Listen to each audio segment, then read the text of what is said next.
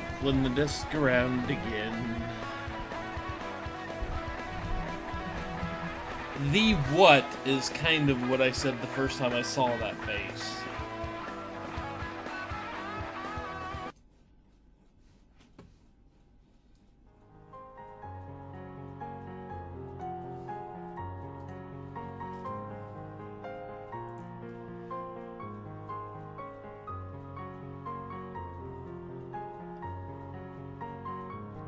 But she is there and she judges all.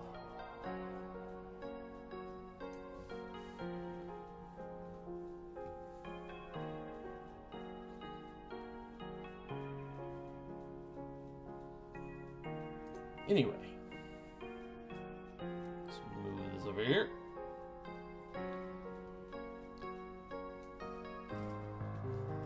Yes, especially degenerate males.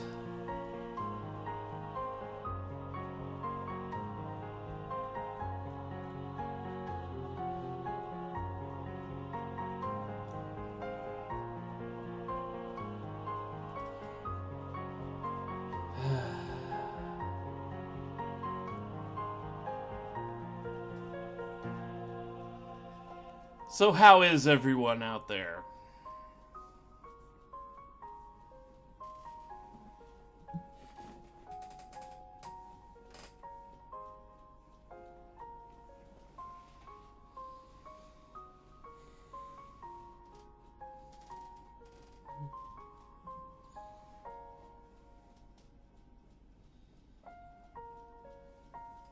That's good to hear.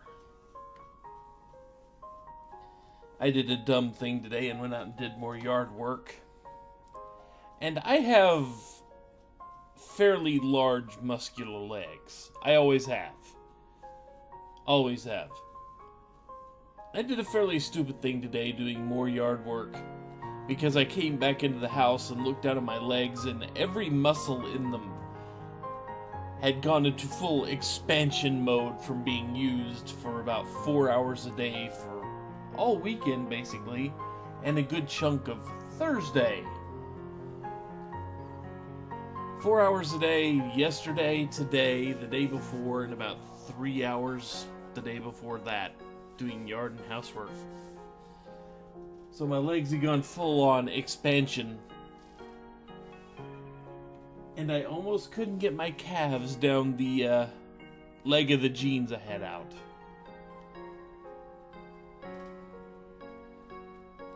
There wasn't any pain involved, but dear God, it looked and felt just weird. Luckily, a good, 4 or 5 hour nap kind of let them shrink back down to normal size, but still, things our bodies do. Weird stuff.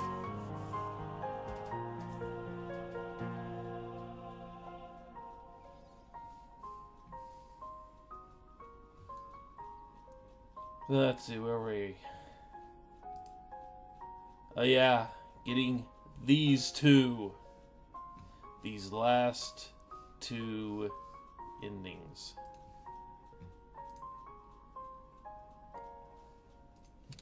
I almost panicked there. Almost panicked. I started to hear, it's like, where are all my saves?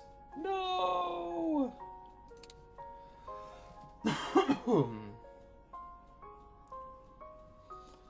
So anyway, to get the last ending, I believe that we have to start here.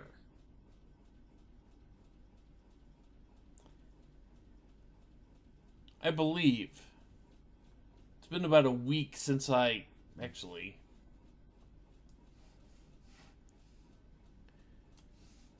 Just because I don't want to go down a wrong path here.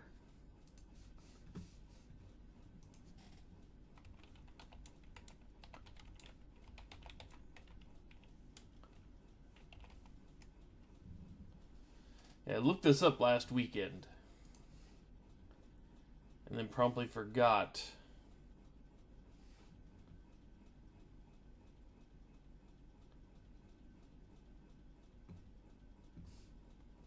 Okay. It is indeed. Stay here with her.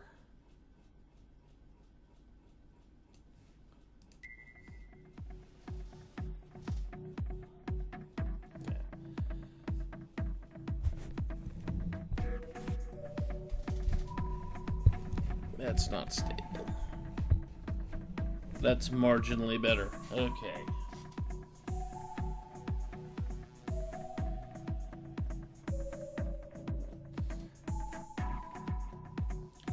I'm going to stay here with this girl. She said she was fine by herself, but I want to be her friend.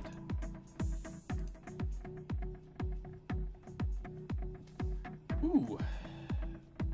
My body's deciding it needs to burp now. Good timing. I ate like 45 minutes ago. Body, come on. I know you're getting old, but still. You just met her today and you don't even know her name, right? Kinji-san, didn't I just meet you today as well? Even so, you saved me. I think it's the same feeling I'm having now. It's not. Kinji-san murmurs this and immediately continues. I get it. Mayu-chan, if your determination is true, then I won't say anything further. Thank you very much. You can go ahead and think of me as cruel, but I also... There's no need to say anything else. You come here numerous times just to stay alive, Kenji-san. I can't allow your efforts to be for nothing because you were looking after me. Please, at least let me tell you my selfish hope. And see, now that we know the full story... Screw you. Hope? That the three of us absolutely will escape together. I'm definitely coming next month too. This won't be the end of our relationship. I just went a different route this time. If ever you need me, don't be afraid to rely on me. Kinji-san, you really are kind after all. I'm alright. I'm not staying behind to die. I'm staying behind to save her. Don't lose that resolve. Pull the chat window next to the game window. Kick him multiple times and in every area of the body you can reach. I definitely won't. And so Kinji-san puts the Fish of the World booth behind him. Without looking back, he heads for the exit at a quick pace. I think his lack of attention is Kinji-san's own way of showing his concern. Wait for me, Himeno, Mari. I clasp a hand with the girl on the ground. The moment of upheaval behind us has been clearly separated from the destiny that lies ahead.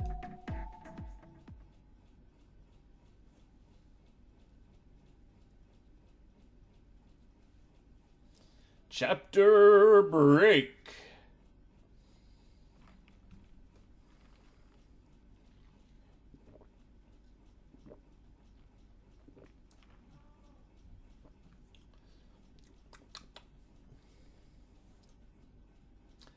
It isn't that I chose to stay here because I don't care what happens to Himeno. I remember the emotions I felt when I saved this girl in the underground tunnel. If I abandon someone right before my eyes who's in trouble, Himeno will be mad at me. Kinji-san didn't say I should abandon the girl to save Himeno, but in reality, there's no difference. Abandoning the girl is what that means. Even if I did save Himeno, if she heard I did such a thing, she would definitely be angry. Himeno can surely make such weighty decisions for herself. It's a thin line between that and cruelty. That's why Himeno wouldn't want me burdened with such a choice. I'm different from Himeno. I'm not as decisive as she is. We may argue, but if I'm honest when looking into my own heart, this is why Himeno and I are friends. However, once I make a decision, I stick with it and believe in it. I said I wanted to save her because I felt that I wanted to be her friend. Upon giving these words voice, I can feel that they have power. I sit next to the girl in a comfortable position. On top of that, I haven't made up with Mari yet. Mari is definitely here inside this red mountain aquarium. I can sense that if I don't solve all the puzzles here, I cannot return to a normal life. This is what the intuition rushing through me is telling me. My story Ever since Mari went missing, each day seems to pass indistinctly. But each and every day, I sought out Mari, submitting police reports, having the police continue their investigation. It became a small piece of news, but as it was unrelated to cases of bizarre murderings and kidnappers, it quickly stopped being a topic of conversation. It was about the time I moved on to junior high. All of a sudden, my parents began to erase all traces of Mari. Speaking honestly, it wasn't a big deal. My parents just began to dispose of anything of Mari's still left in the house. The kids' room the two of us used became a room for one. The square table with 4 chairs became a circular table for 3. It's not like it all happened at once, but to me, it felt so sudden. It's like I was an only child from the start. Those words were never said, but I always felt like I was hearing them. I had moved on to my 3rd year of junior high, 9th grade. Not even a trace of Mari's existence remained for my parents.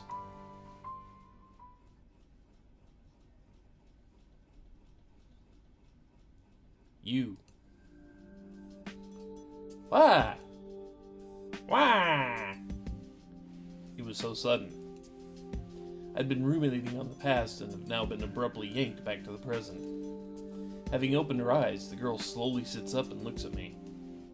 She's pressing on the injury on her head and seems to be in pain, but in her eyes shines a great strength. It seems I'm in debt to you once more. Stop calling it a debt or anything of the sort. I saved you because I wanted to, and I wasn't working alone. Huh? The girl continues to listen with a haughty attitude. Listen with a haughty attitude. Okay. As I tell her about what happened with Kinji-san. I can't help but feel some admiration for someone like her, who was able to maintain her typical attitude even with such terrible injuries. The girl says nothing until I finish my story. I have a general idea of what you're saying. The girl slowly blinks her eyes once. After looking me in the eye, she turns away. Her cheeks have begun to turn red from the flow of blood. Although she normally speaks about everything so plainly, in a rare turn of events, she seems to be chewing the corners of her mouth, searching for what she wants to say.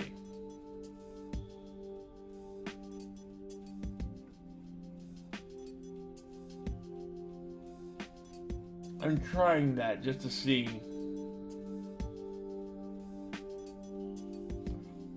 God, the face I'm making trying to chew on the corners of my mouth.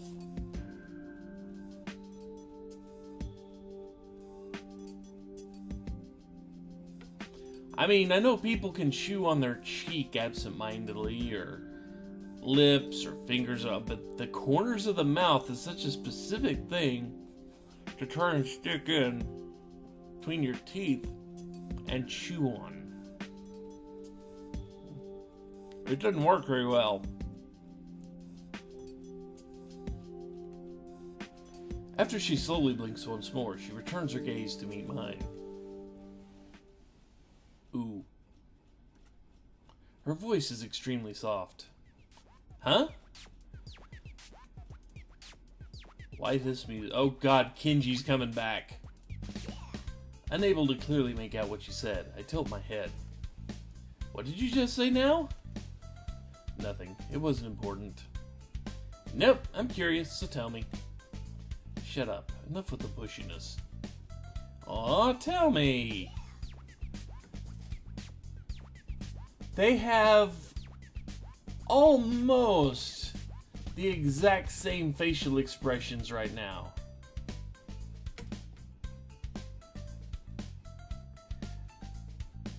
Their faces are almost perfect copy-pastes of each other at this exact moment.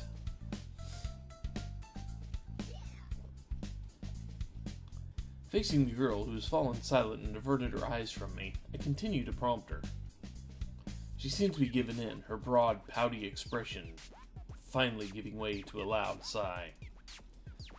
I said thank you. Any complaints?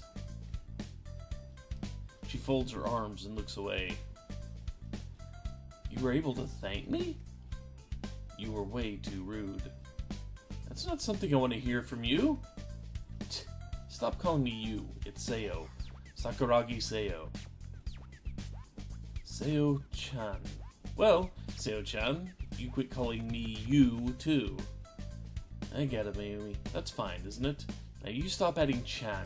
I'm not a child. Thank you. It's kind of refreshing to be called Mayumi. Himeno, my parents, and everyone else seems to call me Mayu. Then, trying to have everyone call you by a nickname of your own choosing would be weird. Still, is this alright?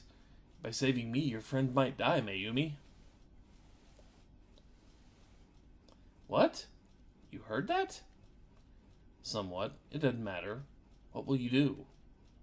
Think of a way for her not to die. It's not that I'm abandoning Himeno after all. You're too optimistic, even when you have no idea what will happen. Sayo's blunt assertion. I look at her and shake my head. The answer's in what you just said. Even if something happens, it won't be out of place. Even if everything goes well, that won't be out of place either. You're nitpicking. Why did it have to be rescued by someone like you? Really, you're so rude. A laugh slips out in spite of my shock. The nervous tension that has stretched further and further over time feels as if it is finally loosened. Of course, that doesn't mean we can be careless. It's just that being able to talk to someone around my age in a safe place is giving me a sense of calm. Safe place. You have a very loose definition of what safe is. It's scary how consistently cold she's been, but she seems to be lightening up now. Sayo's way of speaking shows that her feelings have surely been stressing her out since she came here. Can I trust you, Mayumi? Huh? What do you mean? This is my situation. I don't know who or what I can trust here. That's why I want to get confirmation from you. If I can believe you, no matter what happens, I'll give what you have to say precedence. If you hadn't come, Mayumi, I would have died. It's frustrating, but it's also proof I can't handle this on my own. You act with the intent to return home. You have determination. Mine wasn't strong enough, but with your resolve, I think I can believe in you. Sayu looks at me with a serious expression. It's not an expression of hate. When I look into Sayo's eyes, I can see a determination even deeper than mine. I get it. Trust me, because I trust you. That's not enough. If we don't trust each other completely, we'll definitely falter. Trust me because I trust you. Okay, but if we don't trust each other completely... In response to Sayu's clipped words, I nod deeply. Okay, I promise. I know what she's trying to say, so I'm satisfied. So then, we're friends. That's a separate issue. Really, you aren't very sincere. I'm sure she's not satisfied, but the two of us have ended up in the same boat. A smile creeps onto my face, and I change the subject. Sayu has a sullen expression on her face. So I want to go ahead and talk to you about this, Sayu. Why, how did you end up almost getting killed by Saganuma Riko? Kinji-san had said that she was the criminal who had killed the director. Sayu wasn't surprised when she heard that piece of information, so she must have already known. Still, I can't imagine what sort of exchange took place between them that led to something like that. There was nothing normal about what happened there. She bashed Sayu's head so many times in that hard aquarium glass. It was a different fear than what I felt when Kinji-san went crazy. I wanted to understand what it was that could make someone show that side of themselves.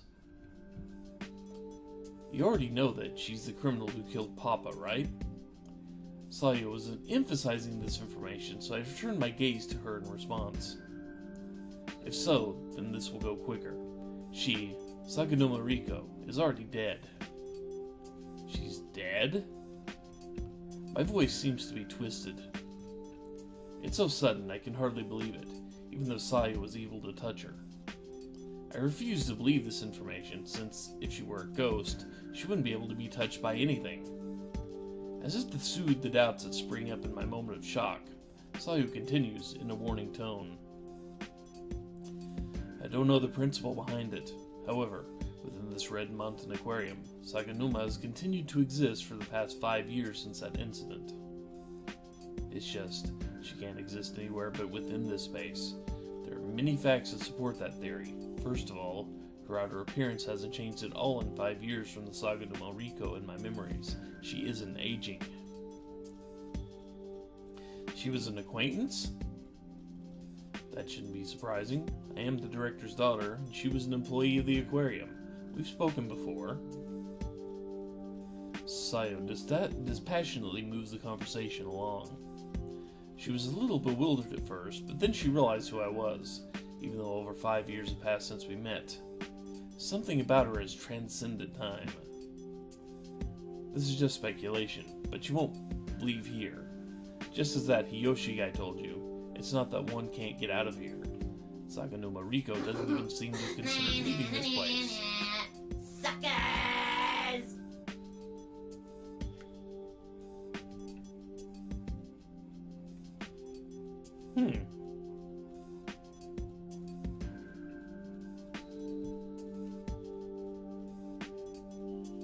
Still, because there's no nourishment or anything here, one can't lead a life. It doesn't seem like someone can really continue to live on this place where bizarre phenomena occur for 5 years. That's saying nothing of the fact that she's so calm, even after losing her life. Yeah, that's what that was. Hi, Sir Pounce. Hi, Sir Pounce. That's not a good place, Sir Pounce. Yes, you're a good kitty. No. Dang it, kitty! I don't need headbutts right now. You want out? Now you want to jump on my foot. That's what you want. And now you want out.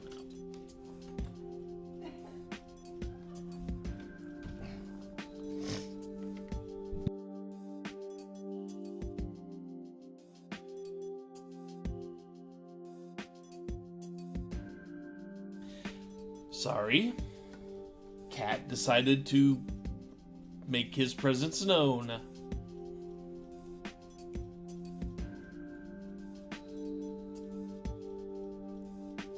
So was that actually the 1 month signifier? Huh. Neat. Okay. I guess that is your resub. I guess that's a resub notification. I could not see exactly what that said, and I need to pop it up on the. Need to pop it up in the chat or something like that because I cannot read it. So thank you very much for the 1 month sub. Anyway.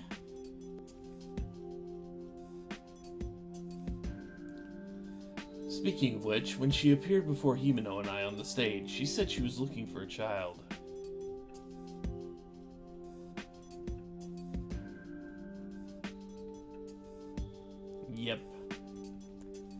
Yep.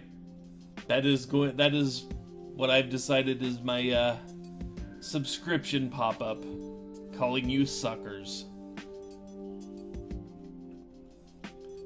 She has some lingering attachment. You've probably heard of vengeful spirits. Saganuma Riko is probably that sort of ghost.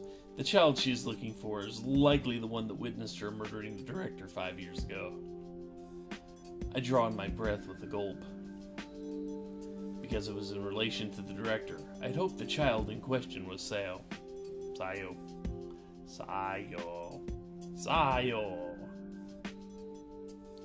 But that was nothing more than wishful thinking. I have a feeling I know exactly who the child is. That must be Mari. So Mari must also be like Saganuma Riko then. Sayo blinks, then responds. She seems to be unable to decide whether she should tell me the truth or not. But contrary to Sayo's doubts, I have resolved myself to accept the truth. It's alright. I trust you so I can accept it. Have you forgotten our promise? You talk too much. Brushing her bangs aside, Sayu's eyes stare intently into mine. The little girl you saw is already dead. The reason she looks the same is because her appearance is the same as when she died. Right. She was probably drawn to those of us still living and showed herself to us. We possess corporeal bodies, which are very rare here. The phenomena that take place in this version of Mountain Aquarium must operate under the same principle. There's the fact that the orca and frogs directly attacked us and broke things to consider. Just a second.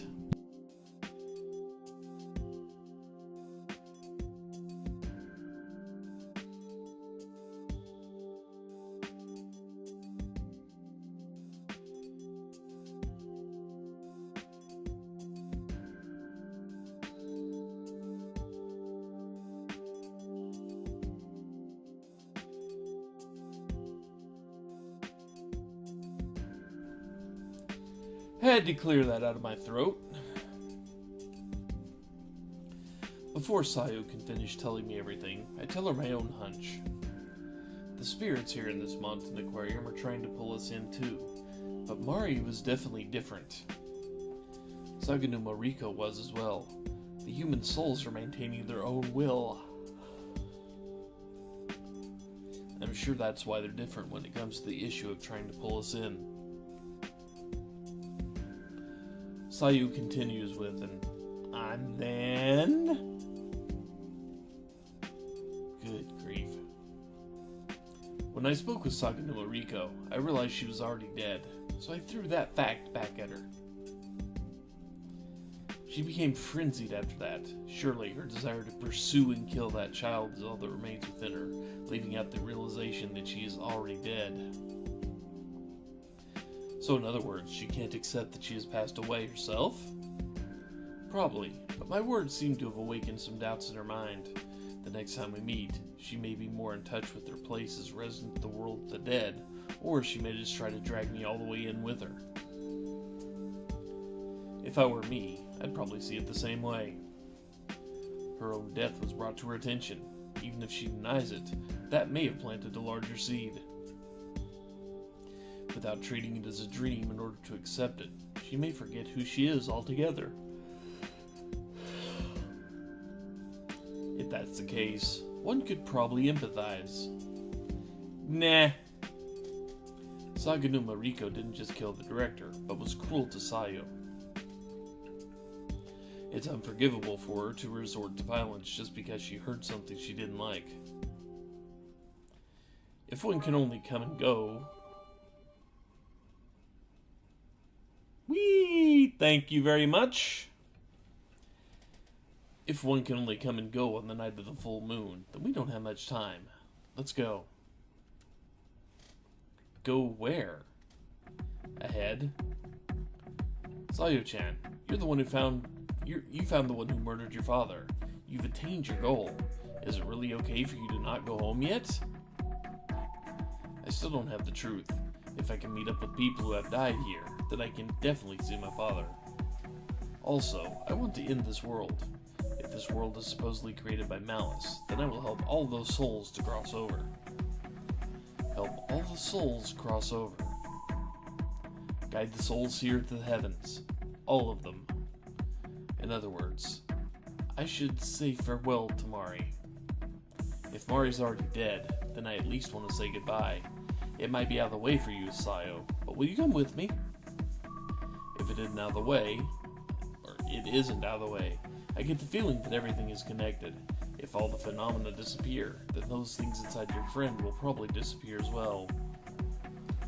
Yeah, let's solve everything, then the three of us, Himeno and you, Sayu, and I, leave this place. Without even nodding, Sayu stands up.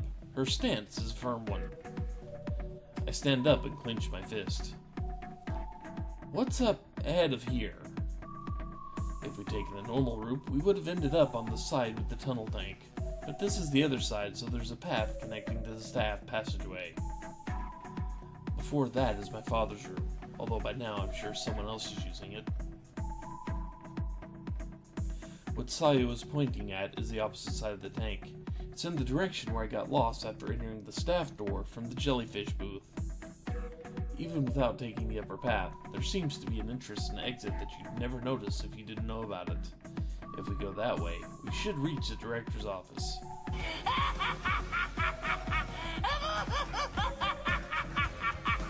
Thank you very much for the follow. If this world was created based on the aquarium of 5 years ago, then the director's office should be in my father's room. Got it. If we don't go, we won't know. Yo, Joe. We don't know what will happen, so don't let your guard down. Right.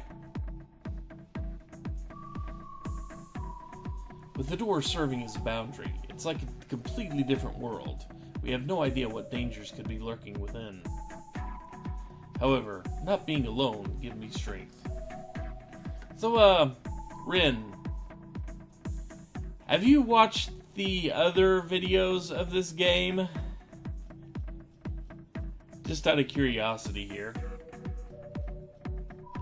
I felt loneliness so many times over, but haven't really been alone since I came to Mountain Aquarium. Kiyoshi-san and Sayo have both saved me. And Himeno is supporting me from within my heart, so I definitely will not fall apart. My objective is clear. To reunite with Mari, and to say goodbye. I feel like I've accepted it as fact, but I have no idea how I'll feel on actually seeing Mari's face. Even so, I keep telling myself that I cannot run away. Then we'll go get Himeno. Sayo was the one who said back at the stage that it is because we're in Mountain Aquarium that the parasites are overrunning her body and weakening her.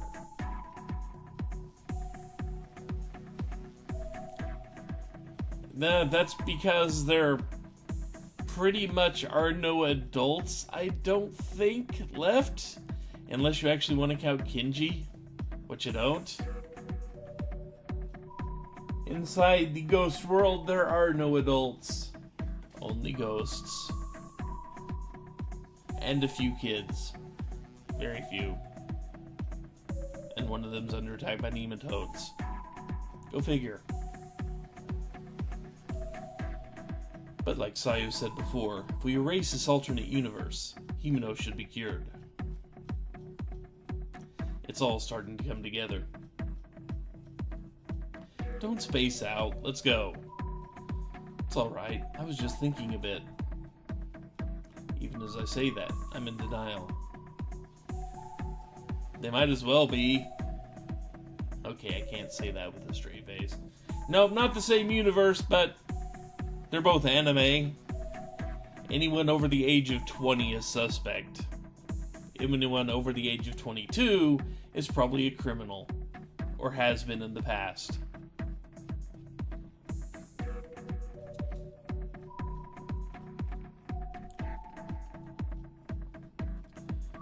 Just thinking won't change anything. Right now, there's nothing to do but keep going. As I follow Sayo, we enter a narrow passageway.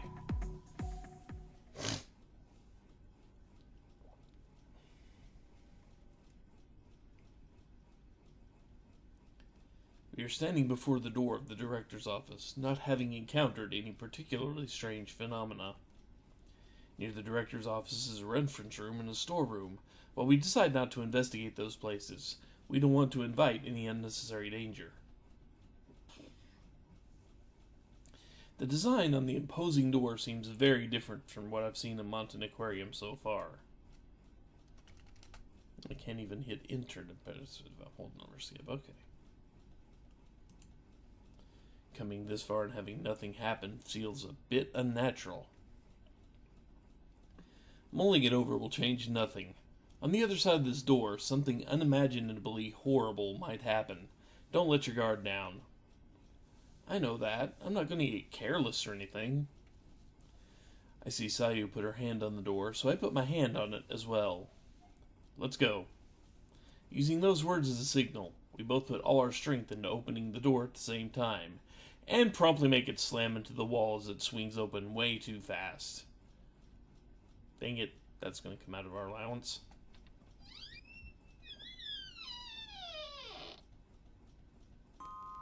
Huh, the bookcase... This place is already damaged. It wasn't damaged before, was it? No, thank God the game does not have them open their door with their breasts. I would not put it past the game. Just saying.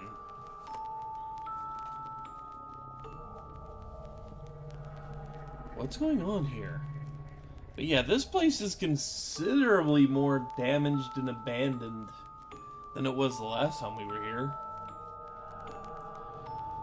Those first words said upon entering the dim room echo in a hollow manner. Papa's room.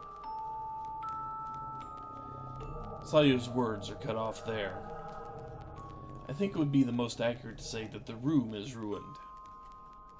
The antique furniture in the room is not merely old, but in ruins. The deterioration of the floor and ceiling is visible, and the time frame of when it was destroyed also seems strange. I've seen Mountain Aquarium in so many different circumstances, but this room seems to be from the most distant time period. It's bizarre. As I take a step in, I kick up dust. Well, it's by no means a large room. It's so cloaked in darkness that I can't see to the center. Sayu's mouth becomes a straight line, and it seems that she doesn't mind the dust. She said that this was her father's room.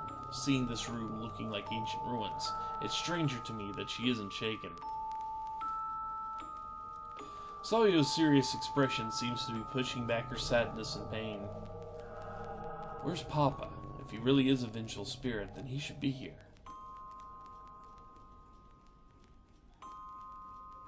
Yeah, it's only 15 gigabyte DDR3 RAM. It's like at least 2 generations out of date. That's ancient. Makes a pretty good paperweight, though. Sayu's father, the murder director, may have been the genesis of this Mountain Aquarium's creation. This theory seems very likely. After all, it was written in the staff member's diary that the strange phenomena began immediately after the director's death. However, there's no reply. I step further inside, standing at Sayu's side. Look, on top of the desk, there's something there. It's a magnificent desk, like those found in the studies of rich people I've seen on TV. But the dark brown wood has lost its luster, and here and there are cracks that catch the eye. On that desk, Kya! What happened?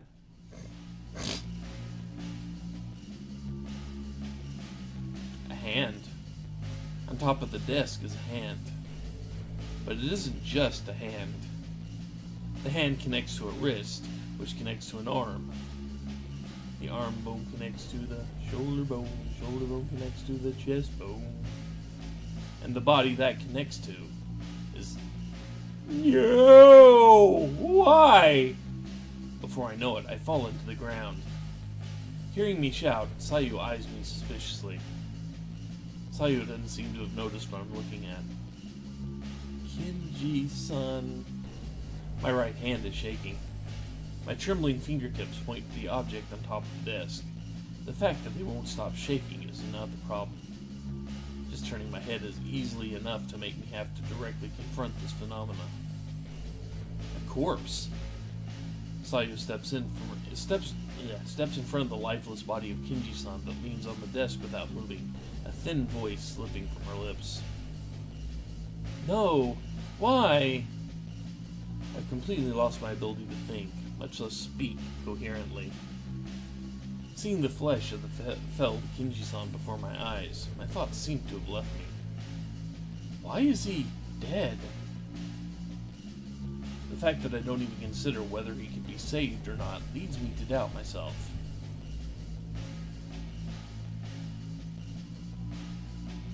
Kinji-san's flesh has lost its vitality.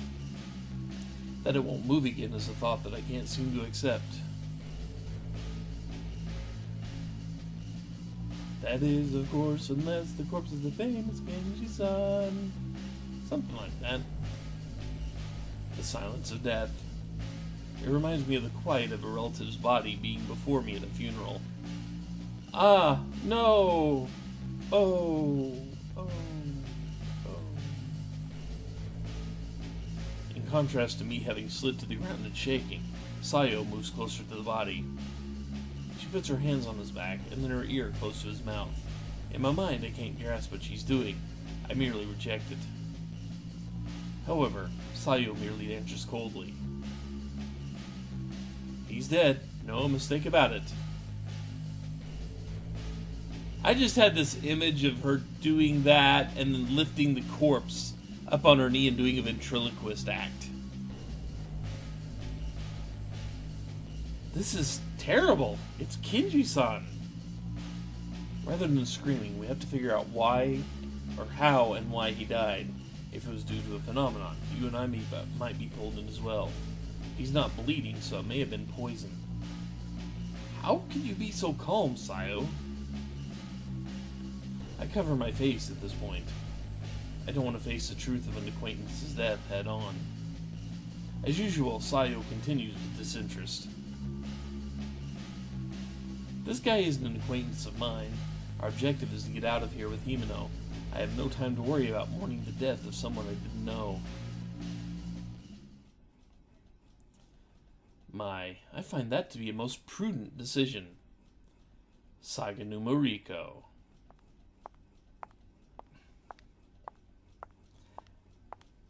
Yeah, we need the death announcement. We need the death announcement for this.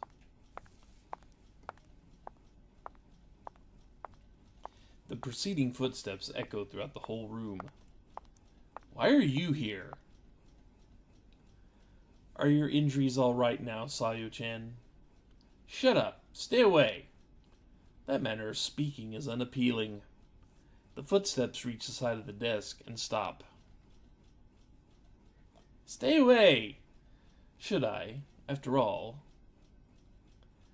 See, now we have a third person, so we can go, bom, bom, bom, bom. Lifting my face to look at her, I see Saganuma Riko and...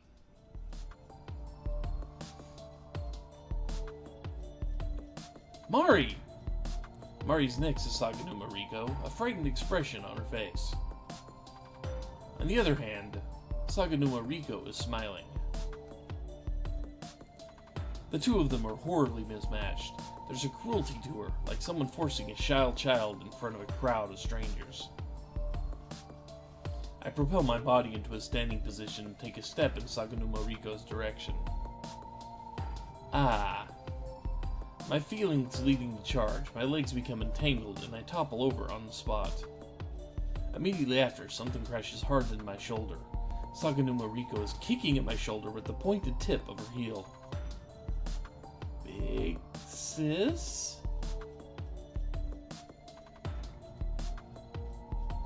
It's as if Mari's fear and the confusion resulting from my uncertainty about what I should do are mixing together. Having her look down at me after I lost my balance is making my vision swim.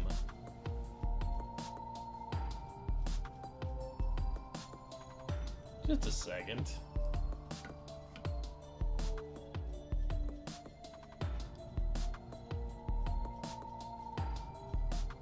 That is some funky colored fingernail polish, I will say that.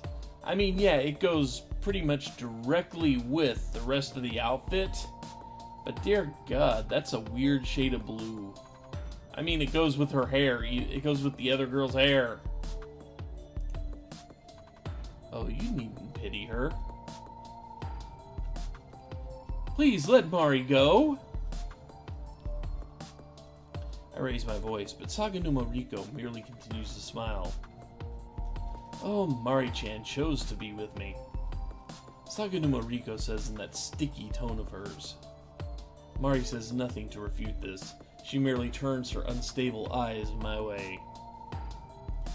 Mayumi, something's not right. Sayo reaches out a hand to pull me up. As I take her hand, Sayo pulls me up towards her with a jerk. We move away from the desk with Kinji's body on top of it and go almost diagonally across the room. Mari, if you're afraid, come over here. I turn to Mari and say, it isn't as if Saganuma Riko is controlling Mari merely by putting a hand on her shoulder. I won't go. Mari, that lady, she's a bad person. Come here. I won't go. I won't go. Hell no, I won't go. Hell no, I won't go. Mari seems to be nothing short of terrified as her words grow stronger. Mari shakes her head and turns me down. Something's definitely not right. Sayo says this as she gets in between us. Glaring at Saga no Mariko, she continues in a forceful tone. What do you do to Mayumi's little sister? Moreover, what's with this body? This room? You came here because you know. You need to use the proper tone when asking someone something, Sayo-chan. You know that, don't you? Shut up. Answer me. You were such an earnest child when you were little. Whatever happened to you? Got a little rough around the edges after your father died, did you? What did you say? Sayo, calm down. This woman's also acting strange. Already being dead, this woman should be cut off from the flow of time.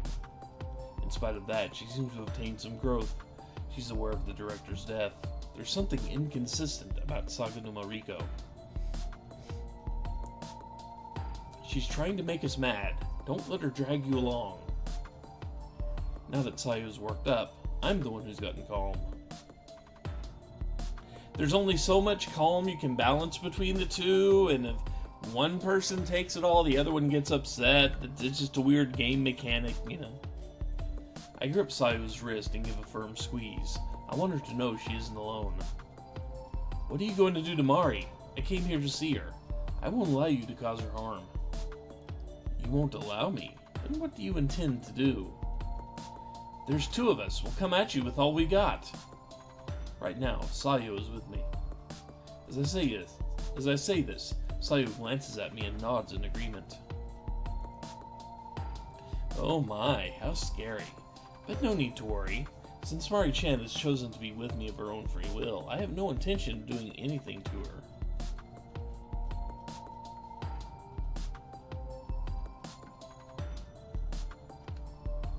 Quite the contrary, actually. From here on out, you could say that Mari-chan will be doing the meddling here in Montan Aquarium. What do you mean by that?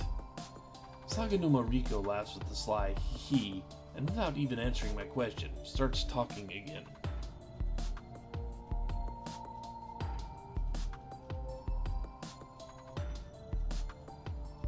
I guess, looking back through the chat here, Tied scarf, I guess it is a stereotype that they seem to give flight attendant uniforms, but you two have experienced this room, no, this aquarium's puzzle. You two have also experienced the way this place changes once you go through a door. This is a world full of possibilities. It is a world that contains within it the past, present, and future.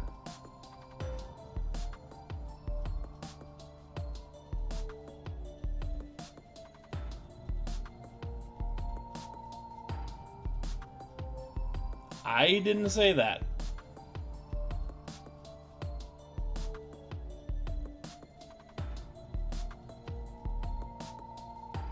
I did not use that word.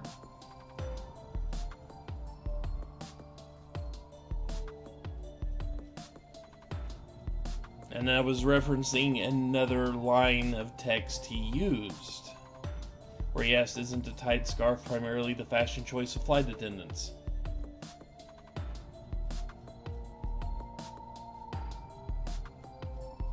That's what I was referencing. Possibilities? I understand about the souvenir shop from the past and the old staff room, but the future. It would make sense for things that haven't happened yet to take place here. However, I will ask that in the chat, we do avoid the gendered slurs. I will ask that, if you don't mind.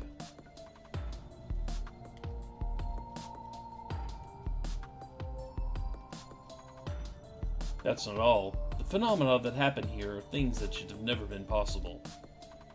The Fish of the World booth with fish corpses scattered about, the jellyfish booth where the glass suddenly shattered. Those are what one might call possibilities that shouldn't have happened. It's a construct decided on by humans that time only proceeds in one direction. I wonder if you can comprehend that it isn't the truth. No matter how much we look at her with doubt in her eyes, she merely looks back with a wicked smile. This world known as Mountain Aquarium is made up of the numerous souls of living things that perished along with the director. This story, you heard it from Kinji-san, didn't you? How did you... The form of energy we know as souls gives this place its shape. Though strictly speaking, they aren't living, souls possess a fluidity and directionality to them that makes living thing the closest way to describe them. Do you understand? She seems to be toying with us and watching for our reactions. However, what she's saying seems to be the truth, so we listen intently. It's missing the exaggeration that would seem like a lie. After a pause, Saganuma Riko pats Mari on the head. Even when our eyes meet, Mari's expression doesn't change, her mouth's shut tight. It's just that Mari's eyes seem to be rejecting me when I call out to her. Entities that become spirits are not bound by time, demonstrating the possibility to pursue their own directionality. So in this world, those that tried to kill you did so to try and pull in your souls. Wait a minute, wasn't this world created by my father's hatred for you? At the moment it was created, yes. The director's malice guided the souls of those creatures and they created this place, but now things are different. In trying to steal energy from the outside world to maintain this place, this world's directive has been switched to maintenance. The souls now bear only a grudge in their curse, having changed into creatures that seek only this place's preservation. I suppose you understand what that means, don't you? Papa is... You mean Sakuragi Isao is no longer here? Not even his spirit? You've finally gotten skilled at making inferences, haven't you? But it's pitiful. Speaking in mathematical terms, it's not that your solution is insufficient, it's that your calculations were off, so your answer is wrong. You're going in circles, come on! Morphogenic office with math. For Sayo, it was a fact she had to hear. For the streamer, it was a drink he had to take.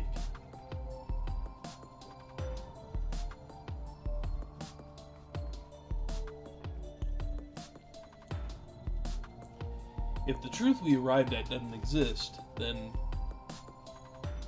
he merely exists without the shell of an individual body. This mountain aquarium is like a pool of souls that have all lost their individuality. Then why are you here? There's no mistaking that you're Saganuma Riko, right? There are two reasons, you know, because I was guided here by you. She pats Mari's head. When Mari is touched by Saganuma Riko, she closes her eyes for a moment.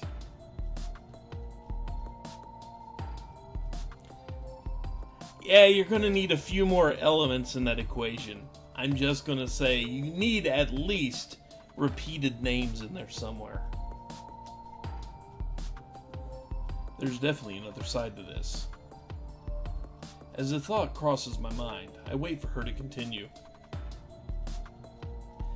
And because of my hatred, I want to remain Saganuma Riko. I'm doing this of my own will, big sister. As time passes this way, Mari-chan will become one with us and will be sublimated into a general concept. Can you stand the thought of becoming a mere idea? A concept? What exactly do you mean by that? What does that mean, I wonder? Since it's already a used-up possibility, there's no need for you to know. Used up? What do you mean? It's toppled over there before you. A tool that person tried to use. You mean Kinji-san?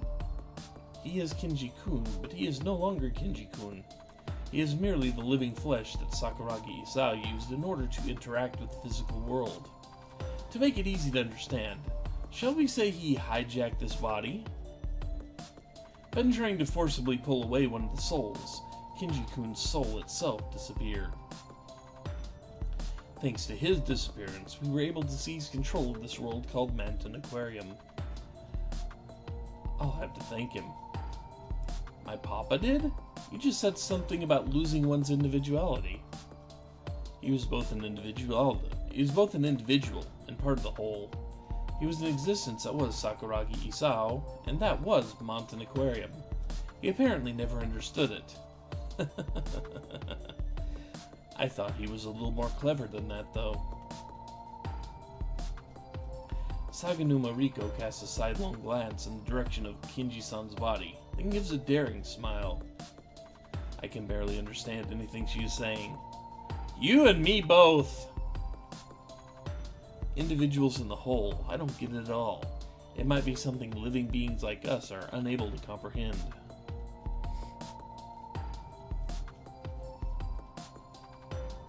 There you go. That might be a more fitting formula. It's just that in all that, there's one question that's beginning to come into focus. Did you kill Kinji-san? Are you saying you killed Papa twice? That high-pitched laughter is growing gradually louder. Sayo knits her brows together and glares at Saganuma Riko. I do the same. The laughter echoing throughout the room serves as our confirmation. We still don't know how or why she's doing this. We also don't know her motive for doing so. But Saganuma Riko, she killed both Kinji-san and the director. Mari, you have to get away from that woman. She's a murderer. What's so funny? I won't forgive you, leaving Kinji-san in that state as you continue to laugh about it. Big sis? Well, maybe Mari-chan should laugh too. Please, stop this. Mari, come over here. That woman, it's not good for you to stand by someone as bad as her. Sakuragi Isao, who used Kinji-kun's body, killed many people to preserve this world called Mountain Aquarium. Are you saying it's bad to erase such evil? Of course! Mayumi, that's enough. We don't have time to deal with her. Papa was this place's core. Having lost its core, this place should disappear. You need to say farewell to Mari, and we need to escape with that Himeno girl.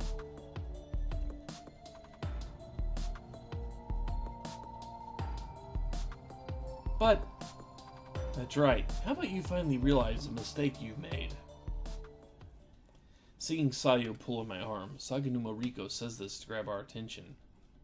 Her expression unchanging, a wicked smile appears on her face. She said you're bad, Mari-chan. What are you? The one Kinji-kun, Sakuragi Isao, killed was Mari-chan. Huh? Mayumi, don't be deceived. Sayo-chan, you've realized the cause of Kinji-san's death, haven't you? Since there are no external wounds, you figured out it might be poison. But did you really figure it out?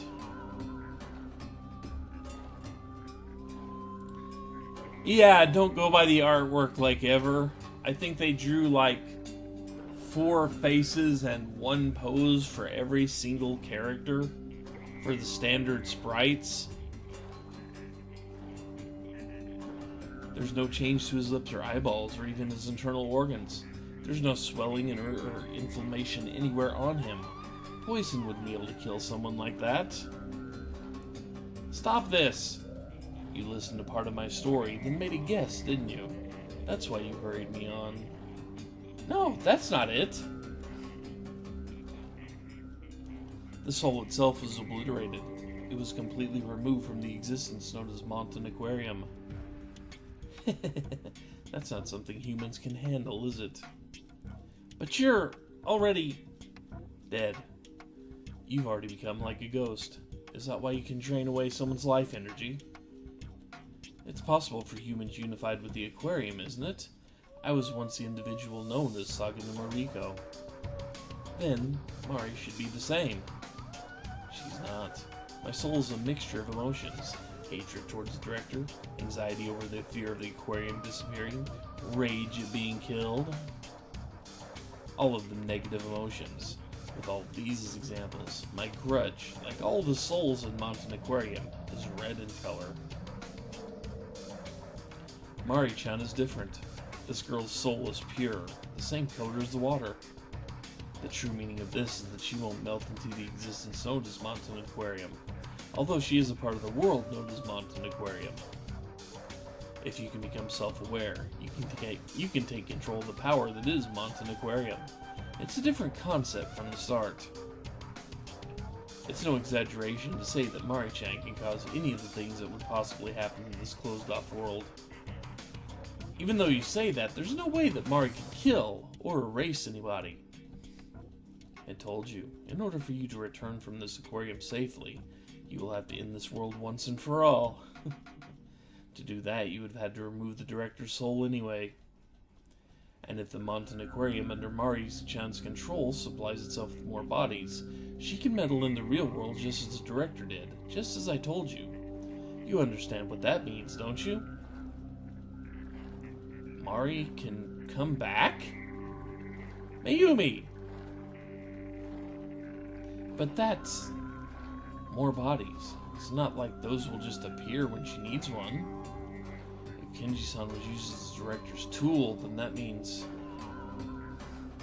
people who are uninvolved in this will...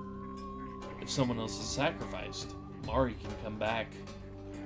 I think about how I want to see Mari. I love Mari. But this is...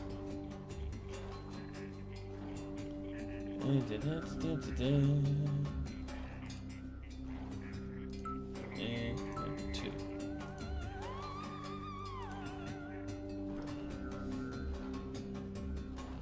Eeny, meeny, miny, moe. I can't leave this as is. She's my little sister. I can't overlook such a thing. No, it's because she's my little sister that I can't overlook it.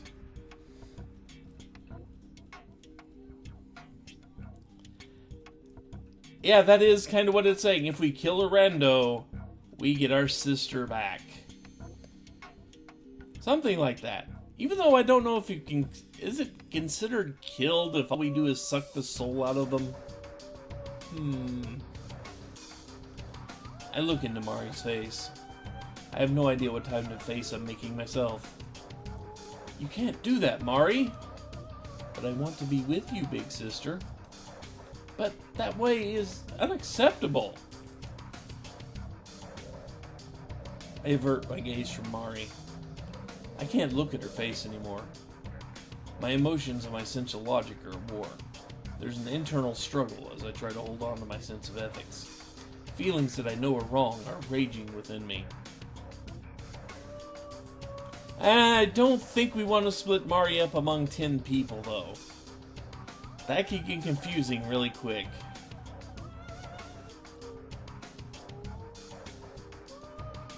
I want to be with her forever, but that's not a good way to go about it. I don't want to say goodbye here. This is reality. But I thought you would be happy, big sister. There's no way I could be!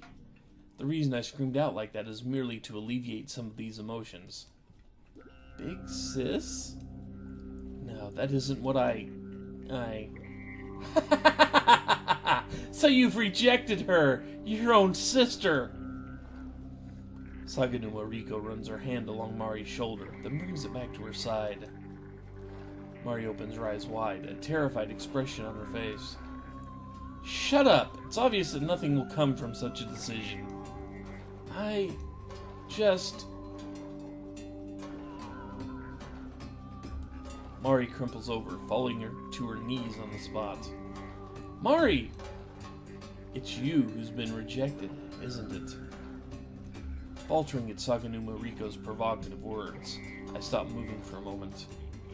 In that moment, the entire director's office seems to begin pulsing. A blue light begins to flow out from the tank.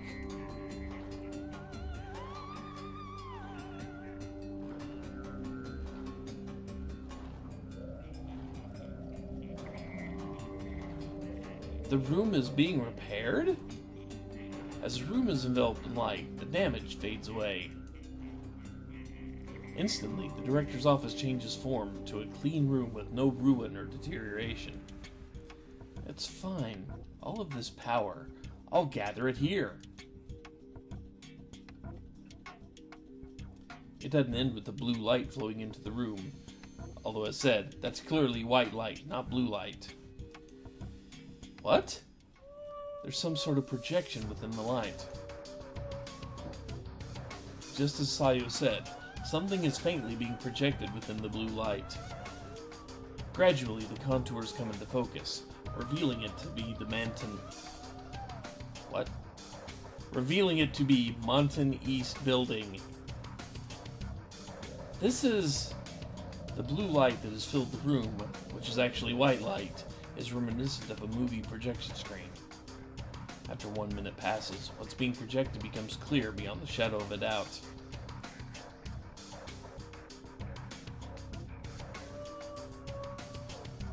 Himeno and I are shopping inside Montan East Building. We both look like we're having fun. What we're looking at appears to be recorded video. However, the version of myself shown in the video is unfamiliar to me.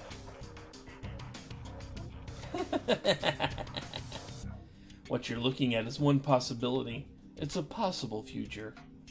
Mari-chan, you should understand. Saganuma Riko shouts toward Mari in a loud voice. You've been rejected. Your big sister chose not you, Mari-chan, but a future with her friend. I don't know, time lies seems to work just as well for half of this. Mari-chan, you've been cast aside!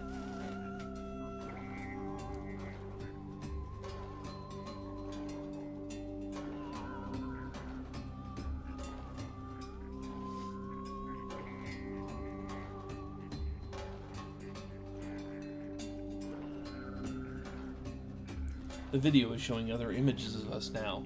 Mixed in with those images are things I actually did experience. All of them are possibilities. But what Saganuma Riko's saying is wrong. That's not true. There's no way it could be true. I would never toss Mari aside. What are you trying to do by making excuses? Within this footage, Mari-chan's nowhere to be seen, but you're smiling like you're having such a good time. Me too. Why? Footage of Sayo hanging out with us is also being shown.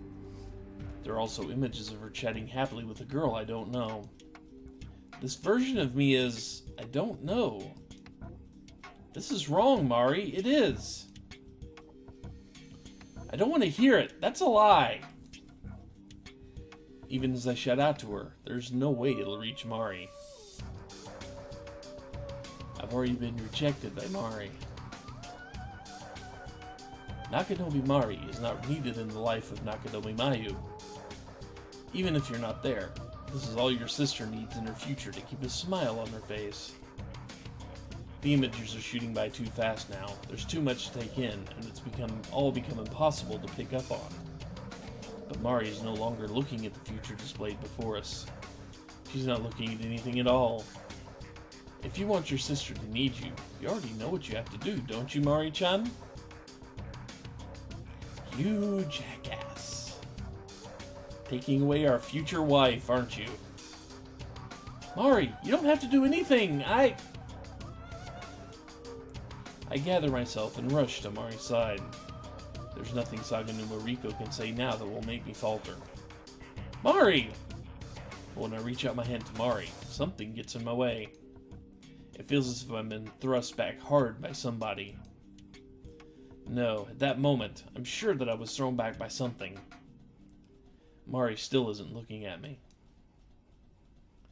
The projection has already disappeared, and the light enveloping the room has gradually become red. It's a deep red, just like blood. It's getting red. It feels like something's about to happen. About to happen? At Sayo's words, My own sense of worriness grows stronger. However, I have to tell Mari. I have to get her to understand. Because there's no way I could ever not need Mari.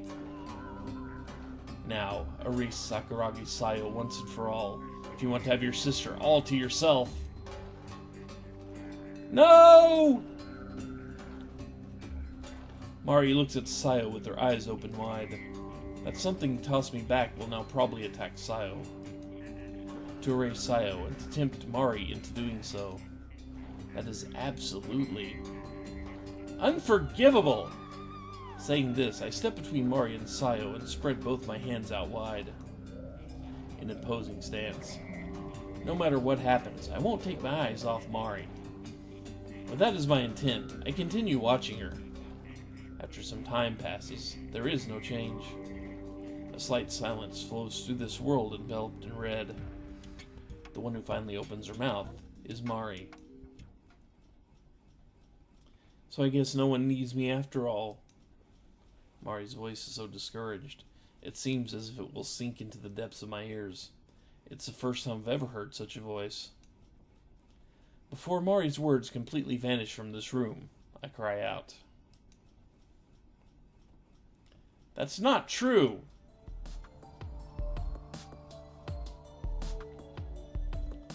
Liar! Along with her strong words, a purple light begins to swirl around Mari. Mayumi, you need to run. I can't leave Mari behind! As if trying to match the appearance of the light, the room begins to vibrate. I lose my balance, but grab onto the desk to keep myself standing. Mari, are you doing this? That lady told me so. She said you didn't need me, big sister. Hey, listen to what I'm telling you. That's not what I'm thinking at all. In 5 years, you never came to look for me, big sister. I couldn't. I was too afraid to confirm that you were actually gone. I'll have you all to myself. I want to be together with you forever. She said I was the only one who could do it. After Mari's words, it's Sakanu Mariko's sticky voice that takes over. It's beginning now. This world, it's being reconstructed. I can't move! She clicks her tongue after those short words. Sayo's harsh stares being returned by both Mari and Sakanu Mariko. The room shaking immediately becomes stronger. Just keeping myself standing is taking all I have. The violet light with Mari at its center grows even more intense. The strikingly colored light makes keeping my eyes open painful. I can't take it anymore! I think those words were my final chance. Huh? What is this? This sensation?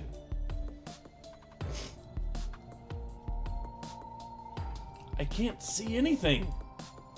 Thanks to a violent shock from the striking light, I shut my eyes and collapse onto the ground. In the next moment, I lose my sense of equilibrium. Which is up and which is down?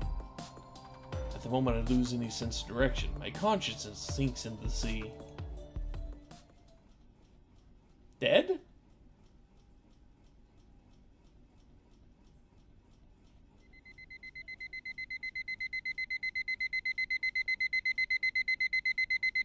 The afterlife has an annoying alarm clock. The sound of my alarm clock is a little delayed, but I open my eyes. I open my eyes to a piercing light.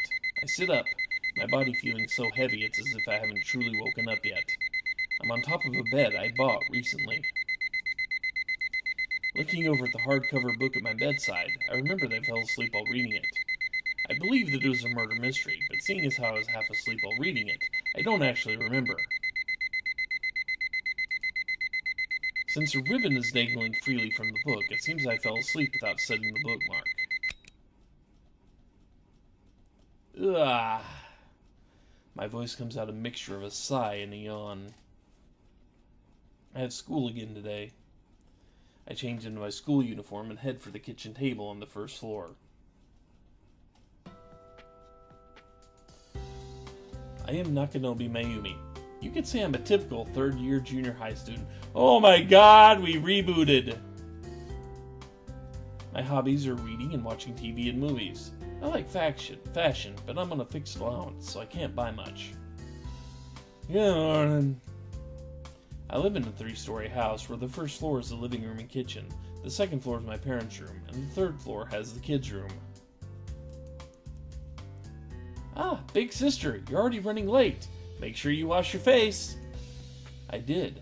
Are we having salmon for breakfast today? Our parents are, that's right, they get up early for work in the morning and come home late at night. That's why my morning routine is to eat the breakfast that Mari makes. Yeah, I'm fine. Yeah, nothing at all odd here. Nothing at all. I'm the older one, but Mari's cooking skills are light years ahead of mine. My specialty is eating. Big sister, the first thing you say is always what's for breakfast, isn't it?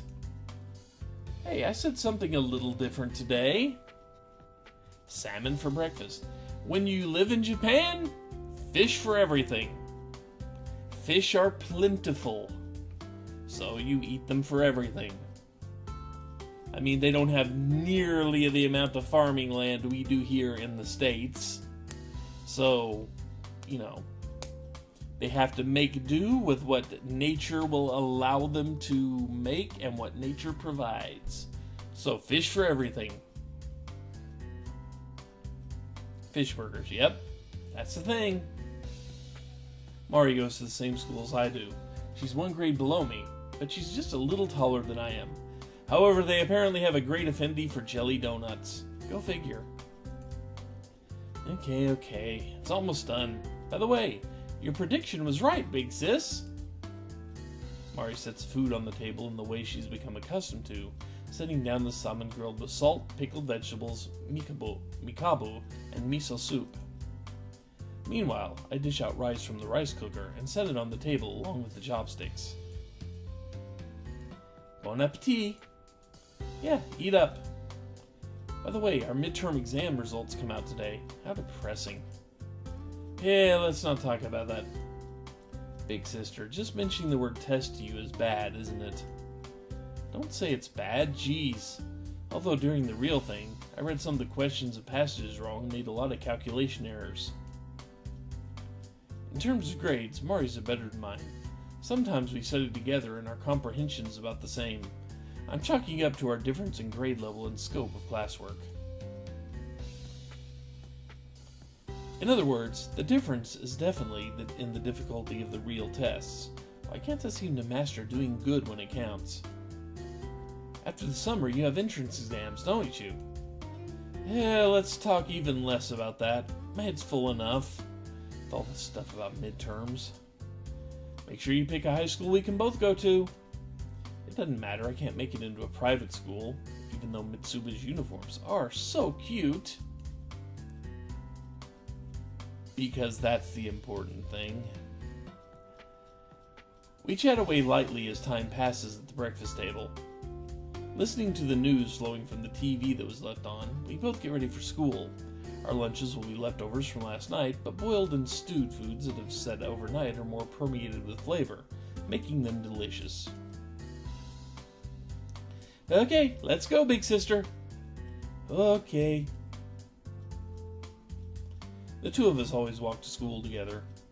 I think we get along pretty well as sisters while we're at school. It's not a large school, so we often pass each other in the building, but Mari always says hi to me so excitedly like she's going to jump after me. Although it's a little embarrassing that she won't stop doing that even after getting to junior high, I don't think it's a bad thing. Ah, it's Mayu! Yoo-hoo! Approaching the school, I hear a familiar voice calling me. My classmate, Tamagawa Himeno. She is my best friend. Himeno's a little ways ahead, waving her hand and calling me. Ah, Himeno! Well, I'm gonna catch up to her. See you later. Biggs. I turn to Mari and give a little wave, then jog after Himeno. With Mari's eyes, I get the sense of seeing a deep color I've never seen before. Morning, Himeno. Good morning. Hey, did you hear, Mayu? As soon as I catch up to Himeno, she begins talking really fast. When I'm with her, I get the feeling that about 80% of the time it's Himeno doing the talking. But I think it's more fun that way. It's at that moment. Himeno begins to have a coughing fit. I assume it's just her throat getting choked up from starting to talk so fast and so suddenly. But I'm wrong. Gloop. When Himeno coughs, she vomits something out of her mouth. It's a cream-colored something. Blip. Blop. On top of the asphalt, granules and fibers dance about. Even though I realize they're all living things, I think it takes me at least a minute. No! Parasites. I've seen them on TV and in illustrated reference books. Himeno's throwing up so many that they are clumping together. Each one moves on its own with such stimulation. A bit of blood seems to be mixed in with them. Himeno? I lift my face. The hole in Himeno's face is completely blocked up with the parasite she's coughed up. Just the hole. Doesn't really matter which one. Just the hole. They squirm around on her skin as if they might be alive. Before I can comprehend the sight before my eyes, my consciousness becomes turbid.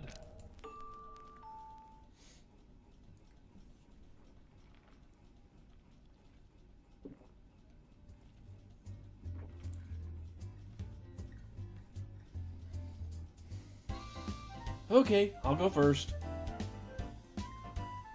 This is Monton Aquarium. Monton is a premier shopping district where one can enjoy shopping, food, movies, bowling, and karaoke. You'd think we'd have determined that those were live parasites, but you never know. And yeah, why did we have to go into morphogenic fields here and start shifting between timelines? Excuse me.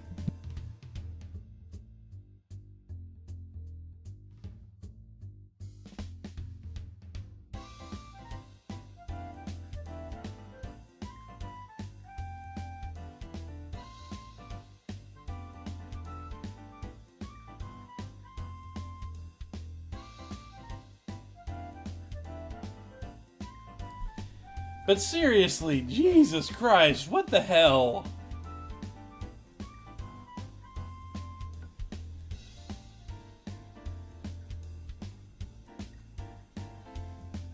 Little sister decided to go on our head and start inserting memories in there. This is fantastic. Big sister, do your best. This girl is Nakanobi Mari. She's my sister, 1 year younger than I. Today, the two of us have come to have fun at Monton Aquarium on our way home from school. We've seen the tunnel tank and the jellyfish booth, and even the show at the stage. Since we have year-long passports, we come here all the time, but no matter how often we come, we never get sick of it.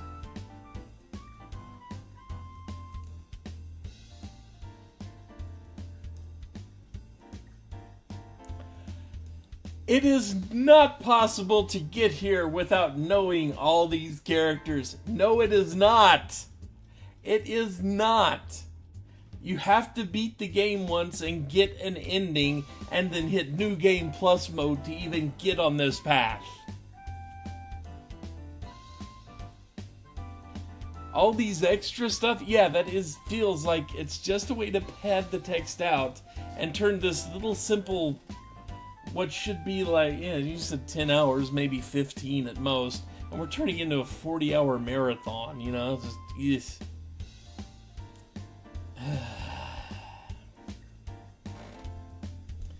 It seems there was a deep-sea fish booth long before we started coming here, but it's closed off now. I've always wanted to see the rare fish of the deep sea. When we're older, Mari and I want to check out the big aquarium down in Okinawa together. Here goes! And now I'm taking a shot at the gacha gacha machines in the souvenir shop.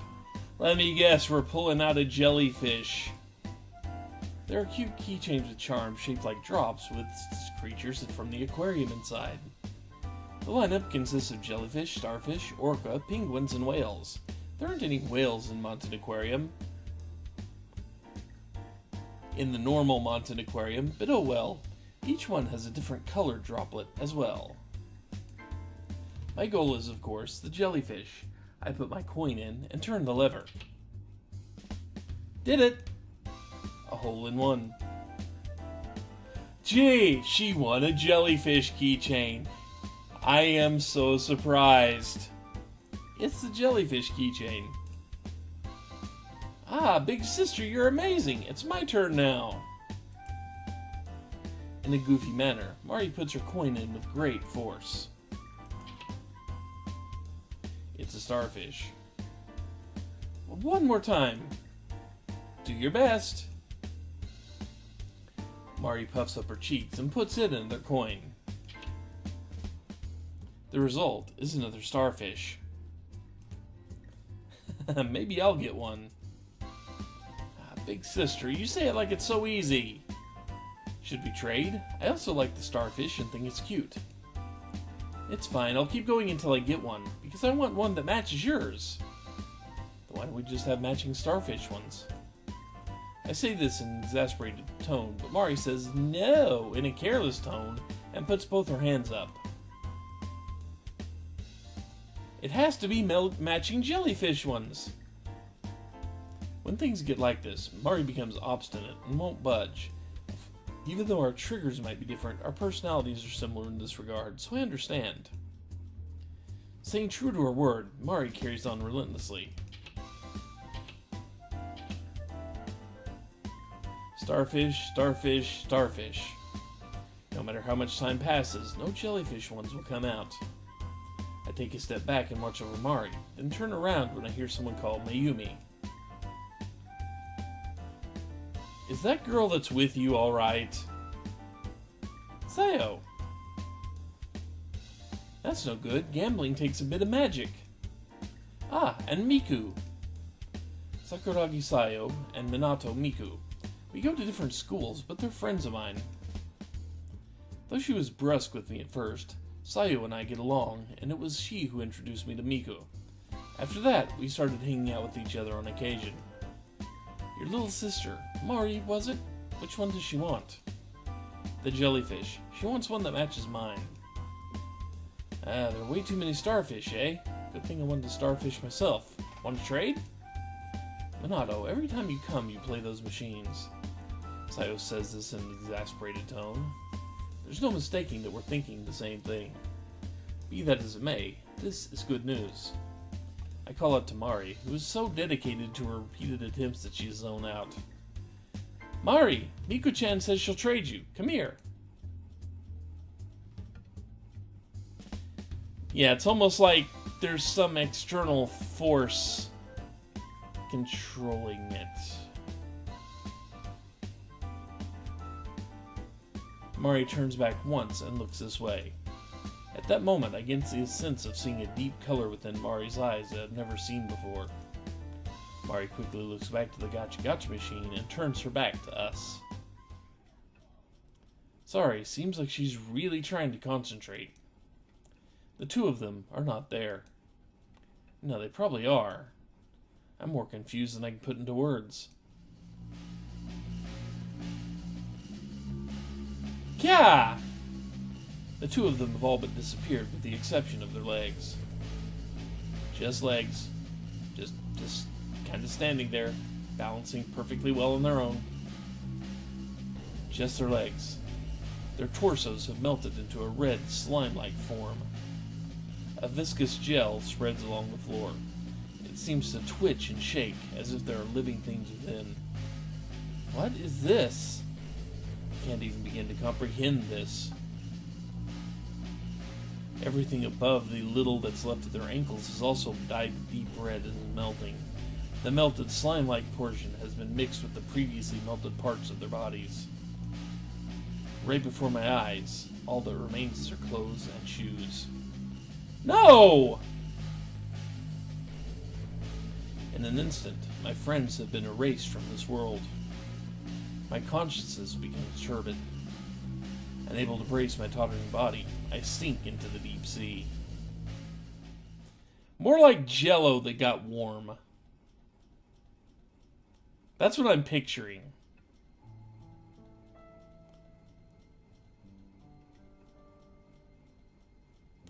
Games, stop it! Today in music class, Hiraki-sensei was so funny. Yeah. Speaking of which, next week, Kimizono Part 3 comes out. Big sister, let's go see it. This game is now going to throw many Japanese words which I will slaughter the pronunciation of brutally. Yeah. It's been hot lately. I want to go get a new shirt and miniskirt. Will you go with me? Yeah. The final exams are awful, aren't they? Do you still have your questions from last year? Well, it's not like they use the same questions anyway. Yeah. I need to practice, but I'm going to be the Prime Minister when I grow up. I'll get rid of all tests and exams. Everyone can just focus on doing lots of fun things. Yeah. What's your dream, big sister? What do you like these days, big sister? Yeah. Hey, big sister, are you happy? Yeah. You aren't having fun? Yeah. I see.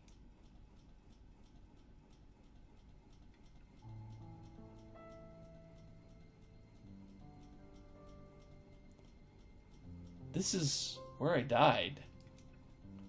The deep sea fish booth. Unable to see any fish or other living things, there's nothing but space. You know, I thought of how I wanted to go to school with you, big sister. Mari places her hand on the tank and turns her gaze upward as if she's looking into the water's surface. Mari's a little bit taller than I. Her physical development, while not complete, still seems to be ahead of my own. That's right, surely that's because it's one of Mari's possible appearances as she had lived. Mari. I clasp Mari's hand and look up at the tank as Mari is doing. I wanted to have you all to myself, big sister. I thought that if I did, we could always be together, but I wasn't able to. I feel like Mari's somewhat adult-like tone of voice resembles mine a bit. Using your memories, big sister, as well as the accumulated memories within Mountain Aquarium, I reconstructed this place. However, there was definitely disturbance. Surely, even more than what you experienced over and over again. I failed. I have no idea what you're saying, Mari. I take Mari's hand and smile. In actuality, what Mari is saying is on the larger scale, and is something that I cannot grasp. In other words, I couldn't keep you all to myself after all. Because, within your heart, big sister, you have other friends. Is it because I was no longer with you, big sister? No. Because you no longer needed me?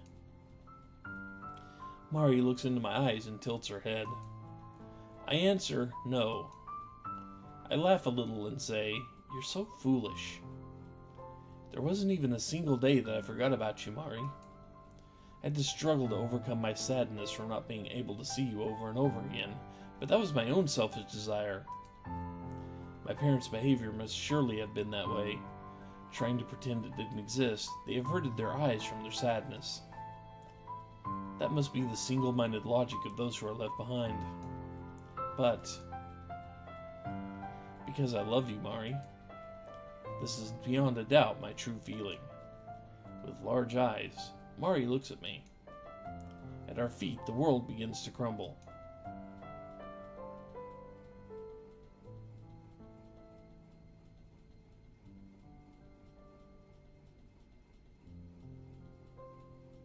Hey, big sister. What? Do you think the stars will grant a wish for me? I don't know. I wonder when that was. Was it when we went on the trip as a family, or when we were coming home? I think it was the day we spent all afternoon having fun together. On the sandy beach at night, Mari and I were talking like that. As our parents watched over us from a distance, I'm pretty sure we had a fairly complicated conversation. Bathing in the light of the stars that fill the expansive sky feels even more refreshing than sunbathing. Mari, what would you wish for? The two of us look so much alike. The two of us enjoy letting our hair down and playing with each other's. When together, we were often mistaken for twins. At those times, I had a tendency to pout. But I'm the big sister, is what I thought.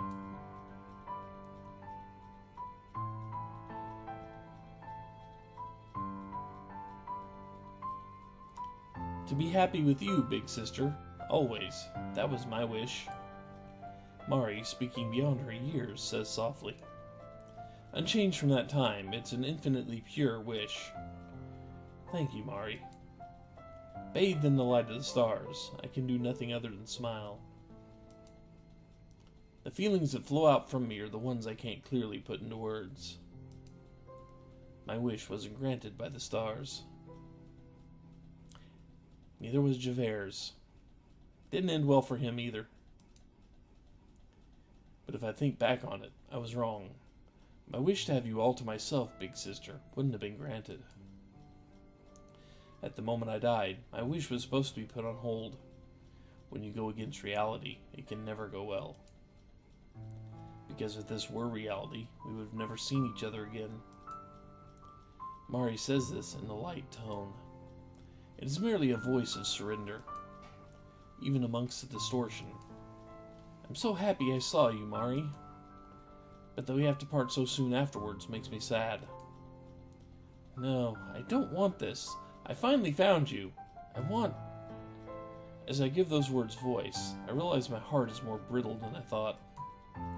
That which overflows from my eyes is something I can't stop with my own strength. Mari, I've been holding it in the whole time. I really wanted to say something the whole time, that I don't want us to say goodbye. That's why, from the moment I saw Mari, it was impossible for me not to pursue her. Geez, you're the older sister, you can't cry. But, besides, the one who's disappearing is me, you know, Mari says, jokingly. There's no way I can respond to that. You know, I just want you to stay the kind girl you are, Mari. Somehow holding back my sobs, I continue. No matter what happens, you can't harm anyone or start anything. That's what I was rejecting.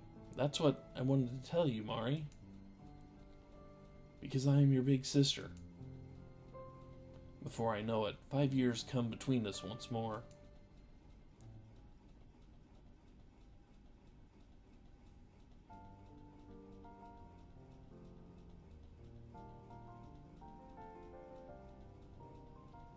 At this rate, we won't be mistaken for twins anymore.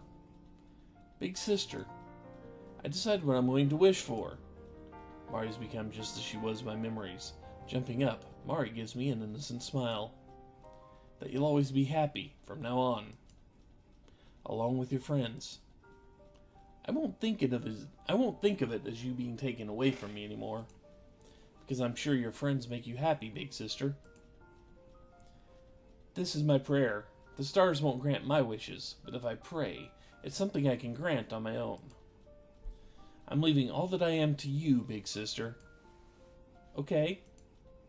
Thank you. No matter how the aquarium's power fades, no matter if the energy from the grudge disappears, Mari has long since transcended time itself. Because up until now and from today forward, she will always be in my heart. Well, it's time for me to go. Before I go, rub my head. Of course. With Mari's innocent words, her mouth smiles broadly. Her eyes and mouth have a completely different expressions. This is really strange. I'm rubbing a ghost's head. The drops that flow over sink to the ground. I lightly drop my hand on Mari's head and begin to rub it. She has no body heat, but she still seems warm.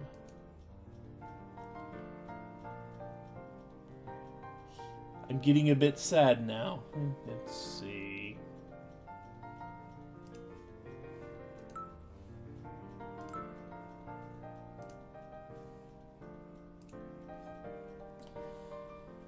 Let's see. Everything up till now, from around, if that's what you really want, Mari, We'll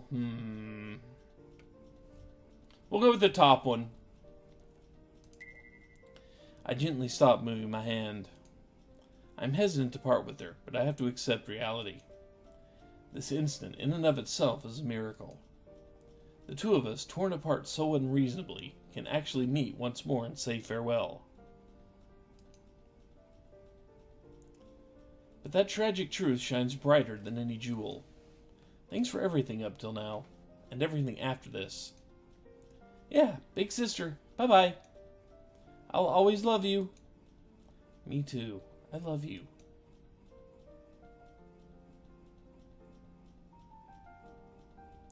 Mari goes into the sea of stars. I go the opposite way. Both of us walk in different directions. All that can be heard are her footsteps. I don't turn around, because if I do, I'll surely chase after her. Finally, even her footsteps fade away. I can hear the sound of rippling waves. As I walk along, I am enveloped in light. Within that gentle, transparent blue light,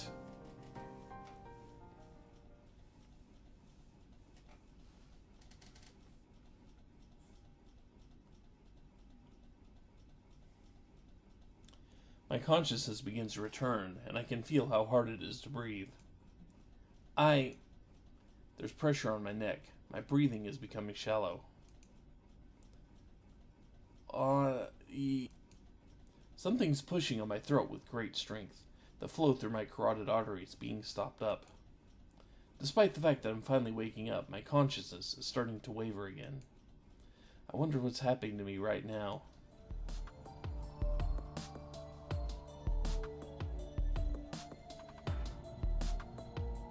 I open my eyes in thin slits, and a faint shadow floats in my vision. Long hair, an outline I've seen before, soft-looking skin. Slender arms are stretching out towards my neck, putting all their strength into wringing my neck. When I realize who it is, the words I couldn't understand before become clear, as if a fog has been lifted. Go on and die. The one wringing my neck is Himeno. Trying to grab my neck with both of her hands. I can feel the pressure of her weight. I have many questions.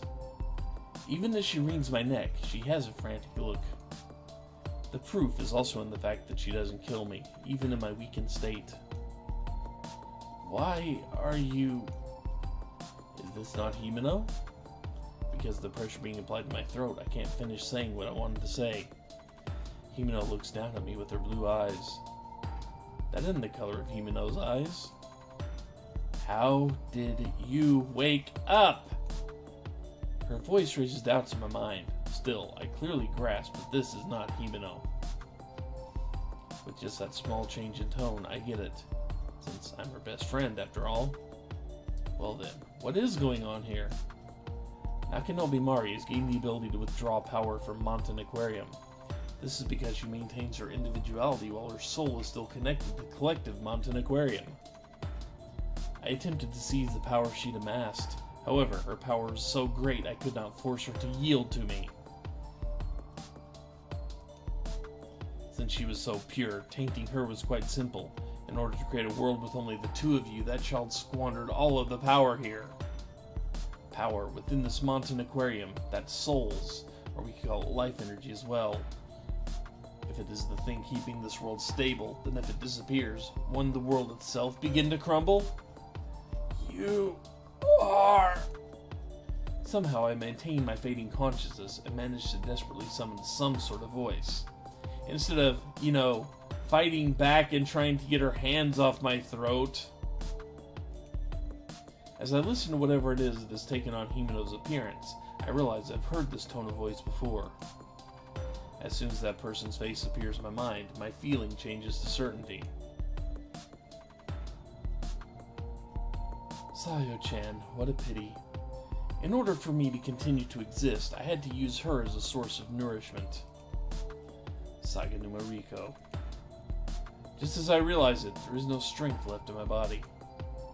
Due to my shallow breathing, there's no way I can make any brash movements. With no blood flowing to my brain, my thoughts are equally unfocused. I was able to find this body merely by chance. However, with this body, destruction is unacceptable. My final hope is you. When you escaped from Nakanobi Mari's birdcage, it was as if a miracle had occurred, and I was very happy. Mari's birdcage.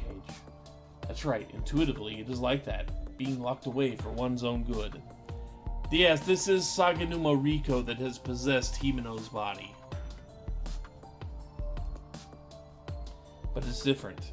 That was the world of Mari's heart. Of course, it was sad and lonely. She's been alone for 5 years. All she could do was continue to pray and to make the ungrantable wish she would see me again. I want to reject Saganuma Riko's words. However, my body won't allow me to do so. I think I'm getting close to my limits. Little by little, I'm unable to keep my eyes open. When the world of the birdcage disappeared, that energy itself did not. All of it flowed into you. Perhaps Nakanobi Mari has already disappeared. I no longer sense her presence, and if she were here, she would try to interfere. When the two of you parted ways in that world, surely she gave you her energy. That's why I'll kill you, then I will obtain that energy, along with your body. I have no idea if she gave me her energy. What she did entrust me with was her gentle wish. At this rate, I won't be able to keep my promise to Mari. At this rate, I'll die. If Saganuma Riko's words are true, now surely this is real. If it weren't, there'd be no need for her to kill me in this situation. There's no mistaking the fact that the only reason I'm not dead is because she hadn't delivered the finishing blow yet. I guess we became a Persona user? I don't know. I don't know where this game's actually going to go with any of this. I'm going home. At that moment, I decided to believe in myself. I closed my eyes and surrendered to my fading consciousness.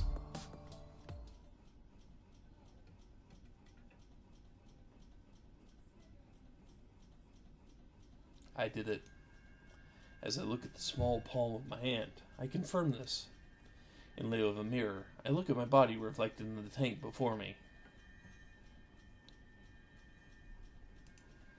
It's one of the cylindrical tanks in the jellyfish booth, and it clearly depicts my entire body. Nakanobi Mayumi's body. Compared to Tamagawa Himeno, she's strikingly less sturdy, but reflexes and firmness aren't important at this time.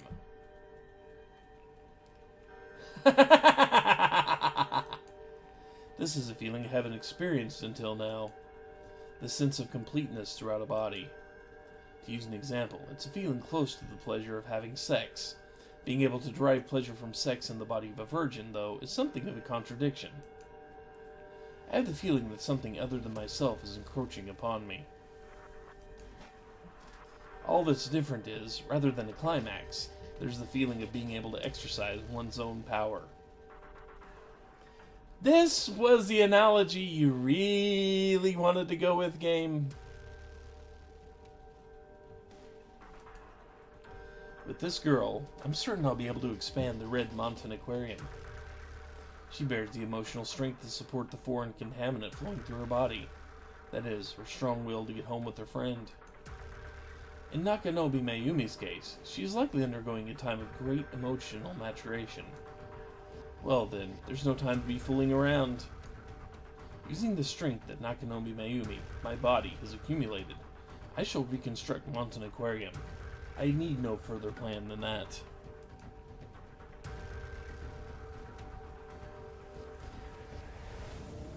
Now, the game didn't specifically say orgasm. It said the feeling of a virgin experiencing the feeling of having sex. Not just the orgasm, but sex. So if you want to take it strictly on the thing, it just said virgin having sex. Yeah, that's a paradox. But orgasm, yeah, that...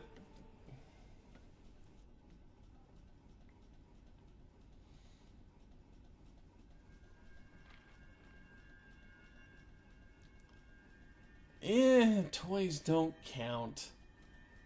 Yeah, I don't think too many people would actually count toys as...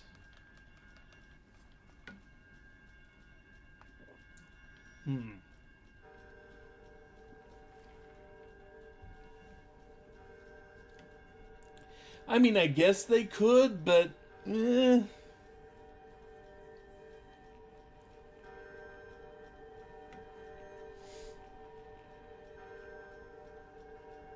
It's a more interesting thought train than the game is. But anyway... It only needs to be one area. I'll switch my location to that in the real world. Finite yet long. I will maintain my soul with the grudge as my storage. I close my eyes. I'm going to guess that Saganuma Riko is in the body now. And Mayumi's consciousness is now kind of forced out of it? Or she willingly abandoned the body in order to avoid being absorbed completely or something? I don't know yet. My pose is irrelevant. My intuition is telling me a piece of me must cross the aquarium using this power alone. When I was merely a soul, that was simple. Rather, it was merely a hardship necessary for self-preservation. Well then, I will make my wish. For the world that is best for me. A world without the likes of you. Huh. At last I open my eyes. I hear a voice from somewhere. Where is that? You should know already. Do you mean the soul is listening? Not from the ears. It isn't that I hear a voice. It's more of a cognizance. You're already dead. No matter how hard you wish, that fact will not change. Which is precisely why I told you I'm using this body. Mari entrusted me with her wish. I swore to her that I would grant that wish. What is it that you want to do in the real world? What's your unfinished business? To live? Merely to continue existing in this world. To extend my hand into eternity. If that's the case, then you as a person are already dead. I think there's no meaning in living merely for the sake of living. If you have a heart, you have a place to call home. For example, though her life was like that blink of an eye, Mari lived with all she had, never letting go of her feelings. But my control is... I was waiting for the moment when you would try to unify yourself with the aquarium. At that moment, I was sure cracks would appear in your heart. I am what Mari has entrusted to this world. Therefore, I will now make my wish. Please disappear. We did ask politely. I will hate you with all my life. Isn't that more human anyway? I think that foreign substances within my body has definitely disappeared. As I can no longer hear that voice. I'm sorry. Turning towards the empty space, I mumbled to no one. I'm standing in the tunnel tank room. This room is all that remains in this world. This world already destroyed by Saganuma Riko. It seems she only left one area. She said it was reconstruction, so this area will probably disappear soon as well. Himeno and Sayo have already disappeared. It's not that they died. If they had died, their bodies would remain. They just disappeared. So, it's alright. Now that Saganuma Riko has disappeared, I can feel some sort of different power. This is what Mari entrusted to me. Mari had held on to it in the hopes that it would make it to the end. Another jellyfish keychain? Just one, please, a miracle. I say in a small voice, and I close my eyes. Dum dum.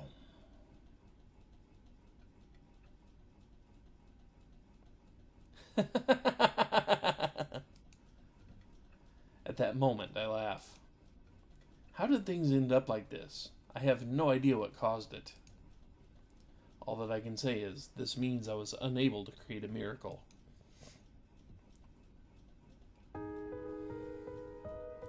Himeno.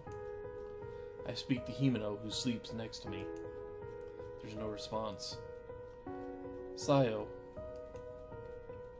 I speak to Sayo, who lies on the ground. There's no reaction. How did it end up like this? There's flesh. There's space as well. If it goes as Kenji-san said, at this rate, if we reach the exit, we could return to the real world. It's just, there's no heart. This isn't a corpse. There's a fever. There's body heat. When I place my ear to the surface of her body, I can hear vibrations. She's like an intricate doll. I laugh. Having no clue what else to do, I can do nothing but laugh. I'm already broken. This is the end of me. The three of us rot away together, as good friends do. That's a new expression. Good friends rot away together. The marionette won't laugh. Black achievement unlocked.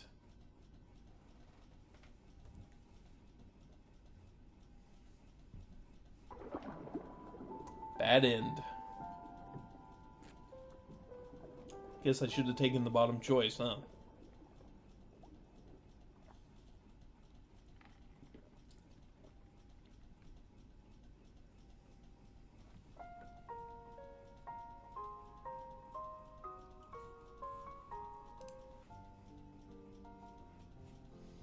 And selecting continue breaks the game.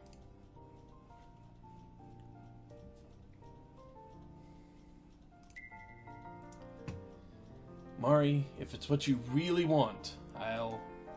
As I say this, Mari shakes her head. Her long hair sways, bathed in the light of the stars. I told you I would wish for it. This isn't your world, big sister. Mari gently pushes away my hand, which had been resting on her head. Mari. My hand, floating in midair with no place to go, lingers for a bit. Still, because of that, I softly make a fist. Where did the error screen go?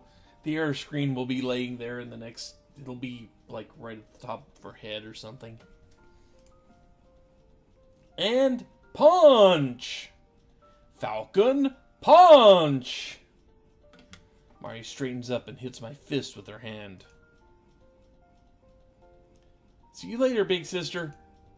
Yeah, I love you too, Mari. Me too. I love you. And yeah, that is a thing. Whenever you get that error and continue, these will stay on the screen. These will not disappear. My fist doesn't feel as if anything's touched it. As if Mari's body has become transparent in that last moment. We are unable to touch, but it's not a big deal.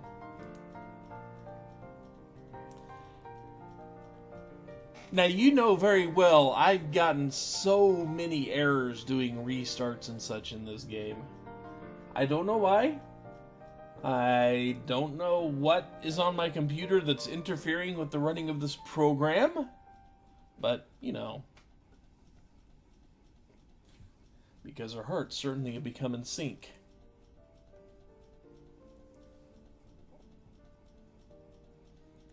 Mari goes into the sea of stars. I go the opposite way.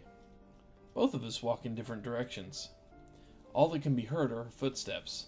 I don't turn around, because if I do, I'll surely chase after her. Finally, even her footsteps fade away. I can hear the sound of rippling waves. As I walk along, I am enveloped in light. Let's actually try that again.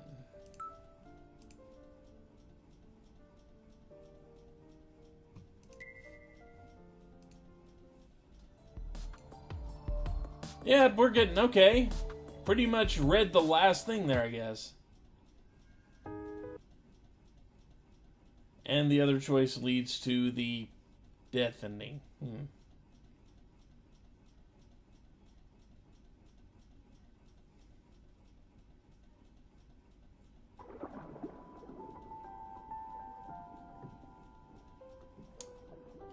Well then.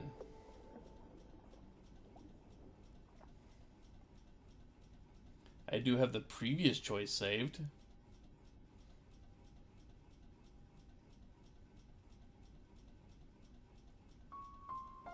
Or the game's gonna fake out an ending on us.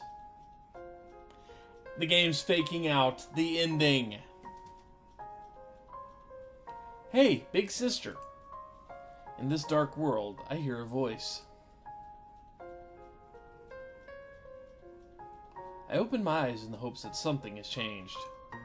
Nothing changed in reality, with Himeno and Sayo still laying at my side with their eyes closed. Nothing's being shown to me visually. Big sister, from the bottom of your heart, you wanted me to come back too, didn't you? Because of that, in the end, I was able to see you again, just for a little bit. I feel just a little happiness. I can hear a tiny little voice. I can hear it from far away, just like the sound of rippling waves. My eyes still closed, I strain my ears.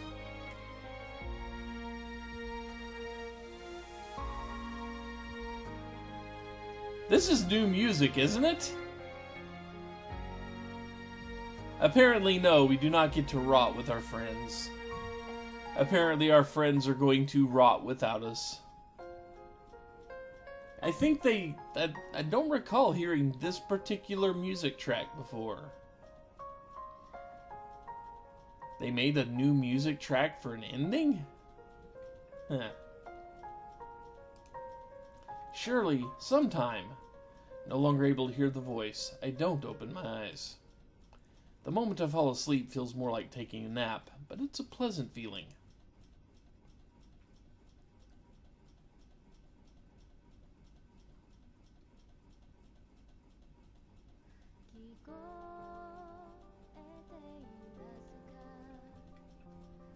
And credits. Did we? I don't remember.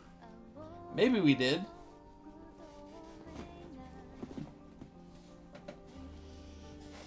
I think my brain has reflexively tried to block out most of the rest of this game in a way to try to, you know, some sort of self-preservation.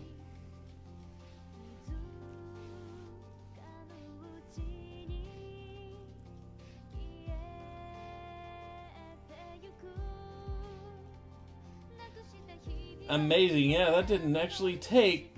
I don't know. I don't know about the other two girls. They're empty shells or something like that now, I guess.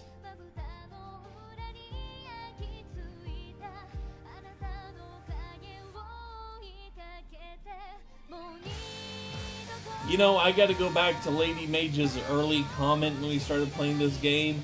I like the ending where we turn into a jellyfish.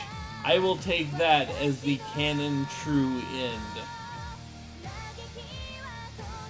Makes more sense than what we just saw.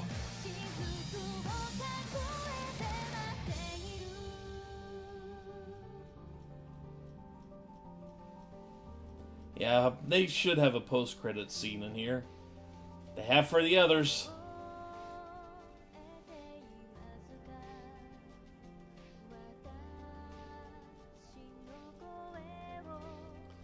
And the daddy, Evil Phoenix Wright. Yes, she did. She said this would go into Zero Escape territory. We got to bounce between different timelines and possibilities. Schrodinger's jellyfish and all that.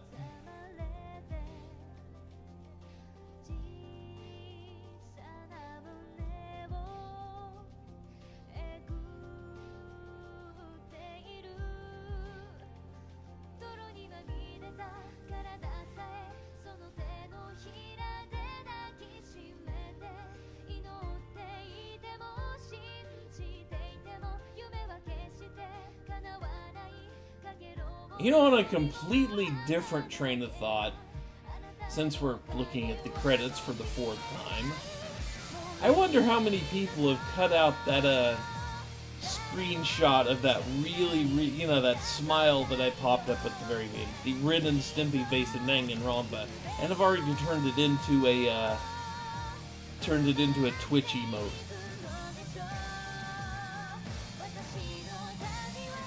That could be the new troll face.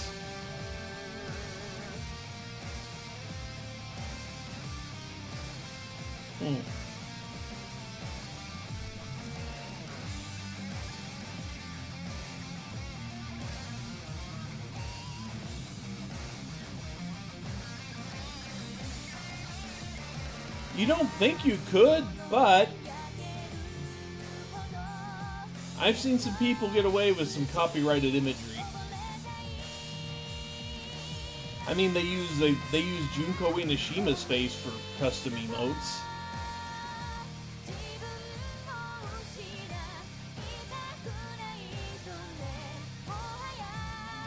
The sleeper has awakened!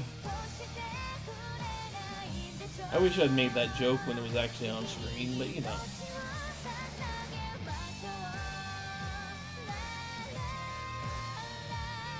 But yeah, those are the lessons. 1, don't wear the toeless boots. 2, don't go in haunted places during full moons. 3, don't trust adults. And 4, ice cream. Especially 4. Especially ice cream.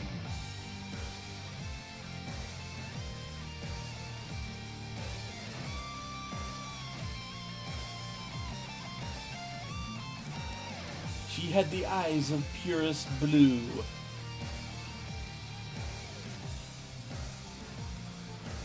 Yeah, like Bob Dylan said, don't trust anyone over 30. Is there anyone in this chat that's not over 30 yet?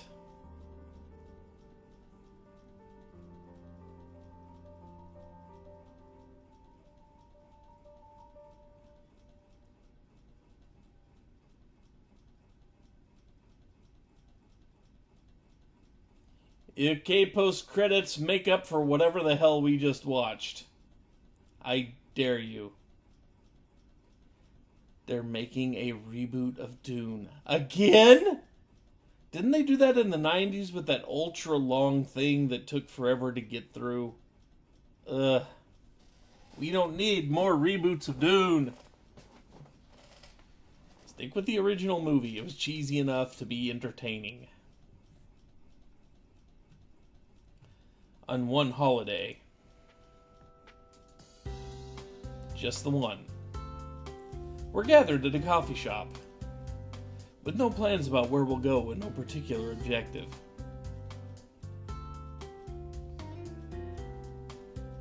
Except the Dune books are actually tolerable compared to that one... Never mind. There's only the feeling that we want to get together. It's a day off with no club activities for Himeno, so we all gather spontaneously. Hey, where should we go today? You're alive. This is a revelation. Can you just let me know how the hell did you pull through? Anywhere. We went to karaoke last time, so anywhere's fine by me. Check through the updated CG gallery? Okay. Having finished our drinks, we're finishing lunch and sitting idly. Even though it's a holiday, seats with customers in them are sparse, so there seems little need to leave hastily. Montan Aquarium. Huh? Somehow, even though I intentionally whispered it, Himeno asked me to repeat myself. It's not as if I had a particular thought in mind. As an only child, I don't have many memories of my family going out to do much other than eat. As an only child. Uh-huh. We often come to Montan to have fun and have gone shopping in the Montan East building many times. The power of ice cream compels you. We've never gone to Montan Aquarium, even though it's in the same building. It mostly seems to attract people with families or couples, so we've avoided it. never gone to Manson the...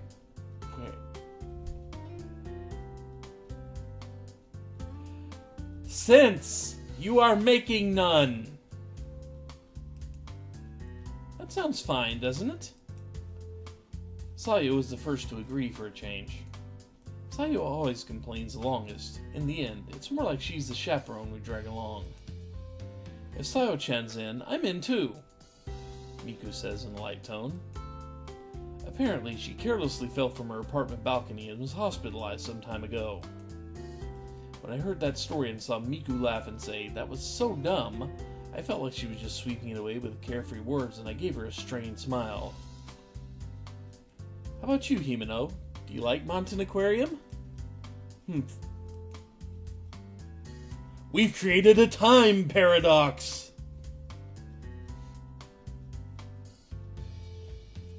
When I ask her, Himeno closes her eyes and looks down. Well, I'm fine with anywhere. I totally agree. Sounds fine. Let's go. Hey, how come we didn't think of it until now? So, if we don't remember having a little sister, does, Sayo remember having a father? Hey, why are you grabbing onto me? Himeno, sitting next to me, grabs on tight to me. When I was a kid, we always went to aquariums. I've seen Mountain Aquarium in magazines. It looks fun. Then hurry up. With an unpleasant look on her face, Sayo bites down on her straw. Sayo-chan, maybe we should hug too. You're nuts, aren't you? You're so mean. Himeno and I are a bit spread out. I think to myself, she's so developed after all. I'm jealous.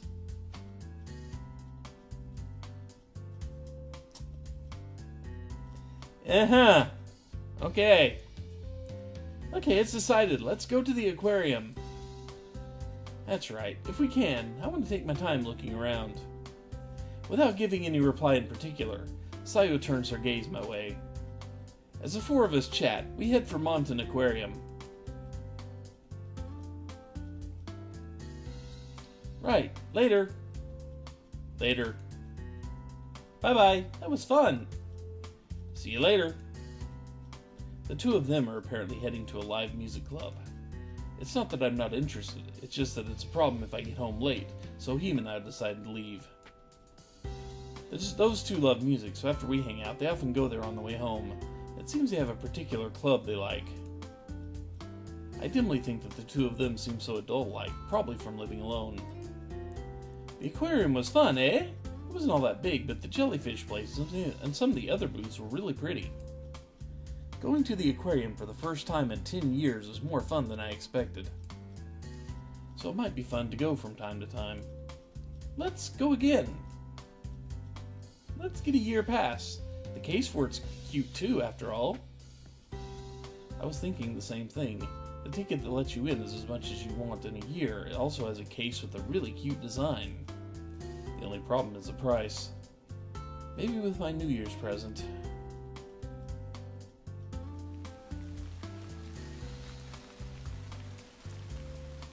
Okay, it's raining in an anime game. Who's dying now? As we walk home while making idle conversation, suddenly the rain begins to fall. It was sunny this morning, so I didn't watch the weather report, but it's a pretty heavy rain. I guess it's a sudden evening shower. Mayu, let's hurry! Right. Ah! As I start to run, I spot a flower shop just ahead of me.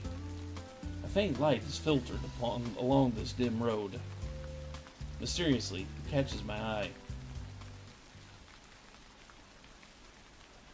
A flower shop? They sure are open late. It's nearby though, so let's wait out the rain there. Himeno has followed my gaze, takes my arm, and runs with me. Achievement unlocked complete. What's complete? Probably the CG. Probably the CG screen. Hello. Ooh, how pretty. The interior of the store is overflowing with brightly covered flowers in full bloom. tulips, and anemones. It's difficult to settle my eyes on any particular one. Ah, my gaze stops on the single eye-catching blue rose. A blue rose that seems to be filled to the brim with sadness. Mixed in with the red roses, it stands out, blooming like something from a dream. I can't take my eyes off of it.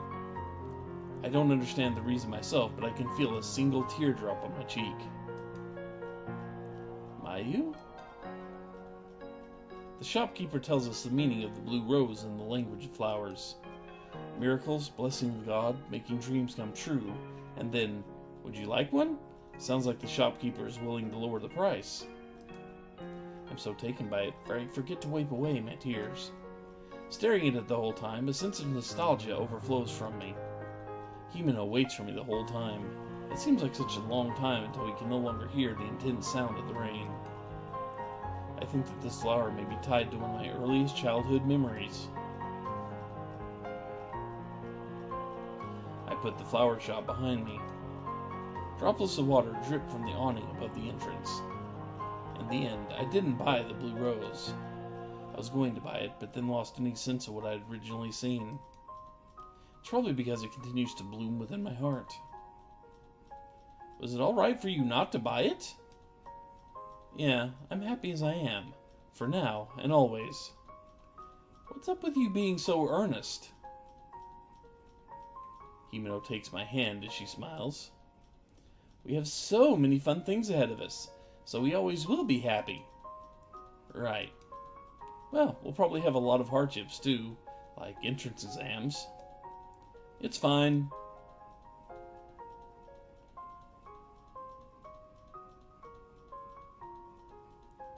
I need to play IB, or however you actually say the name of that game. I can no longer hear the sound of drops. We take a step out into the vast, clear sky.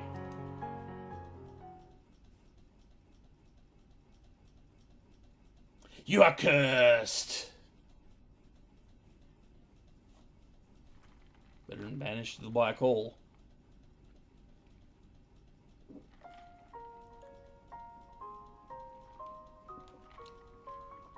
Oh, let's see.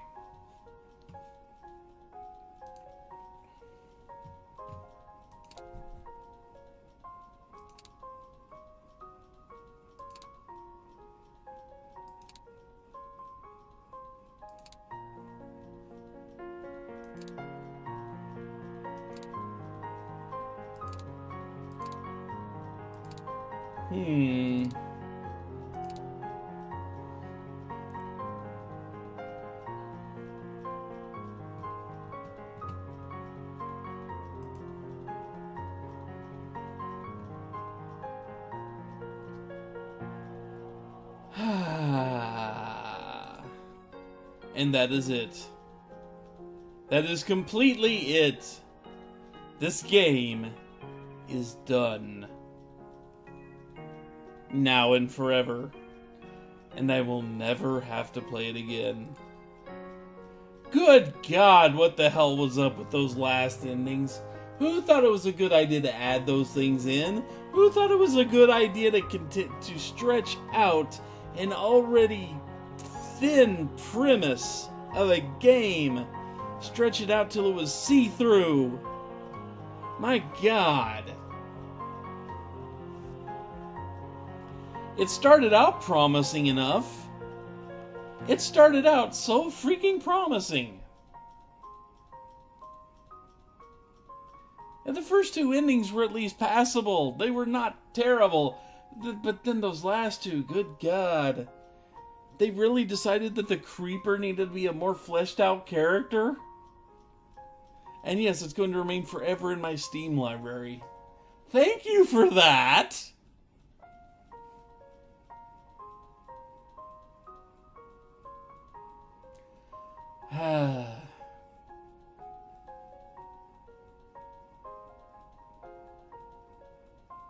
More endings with Parasite Vomit. How about more endings with Streamer Vomit?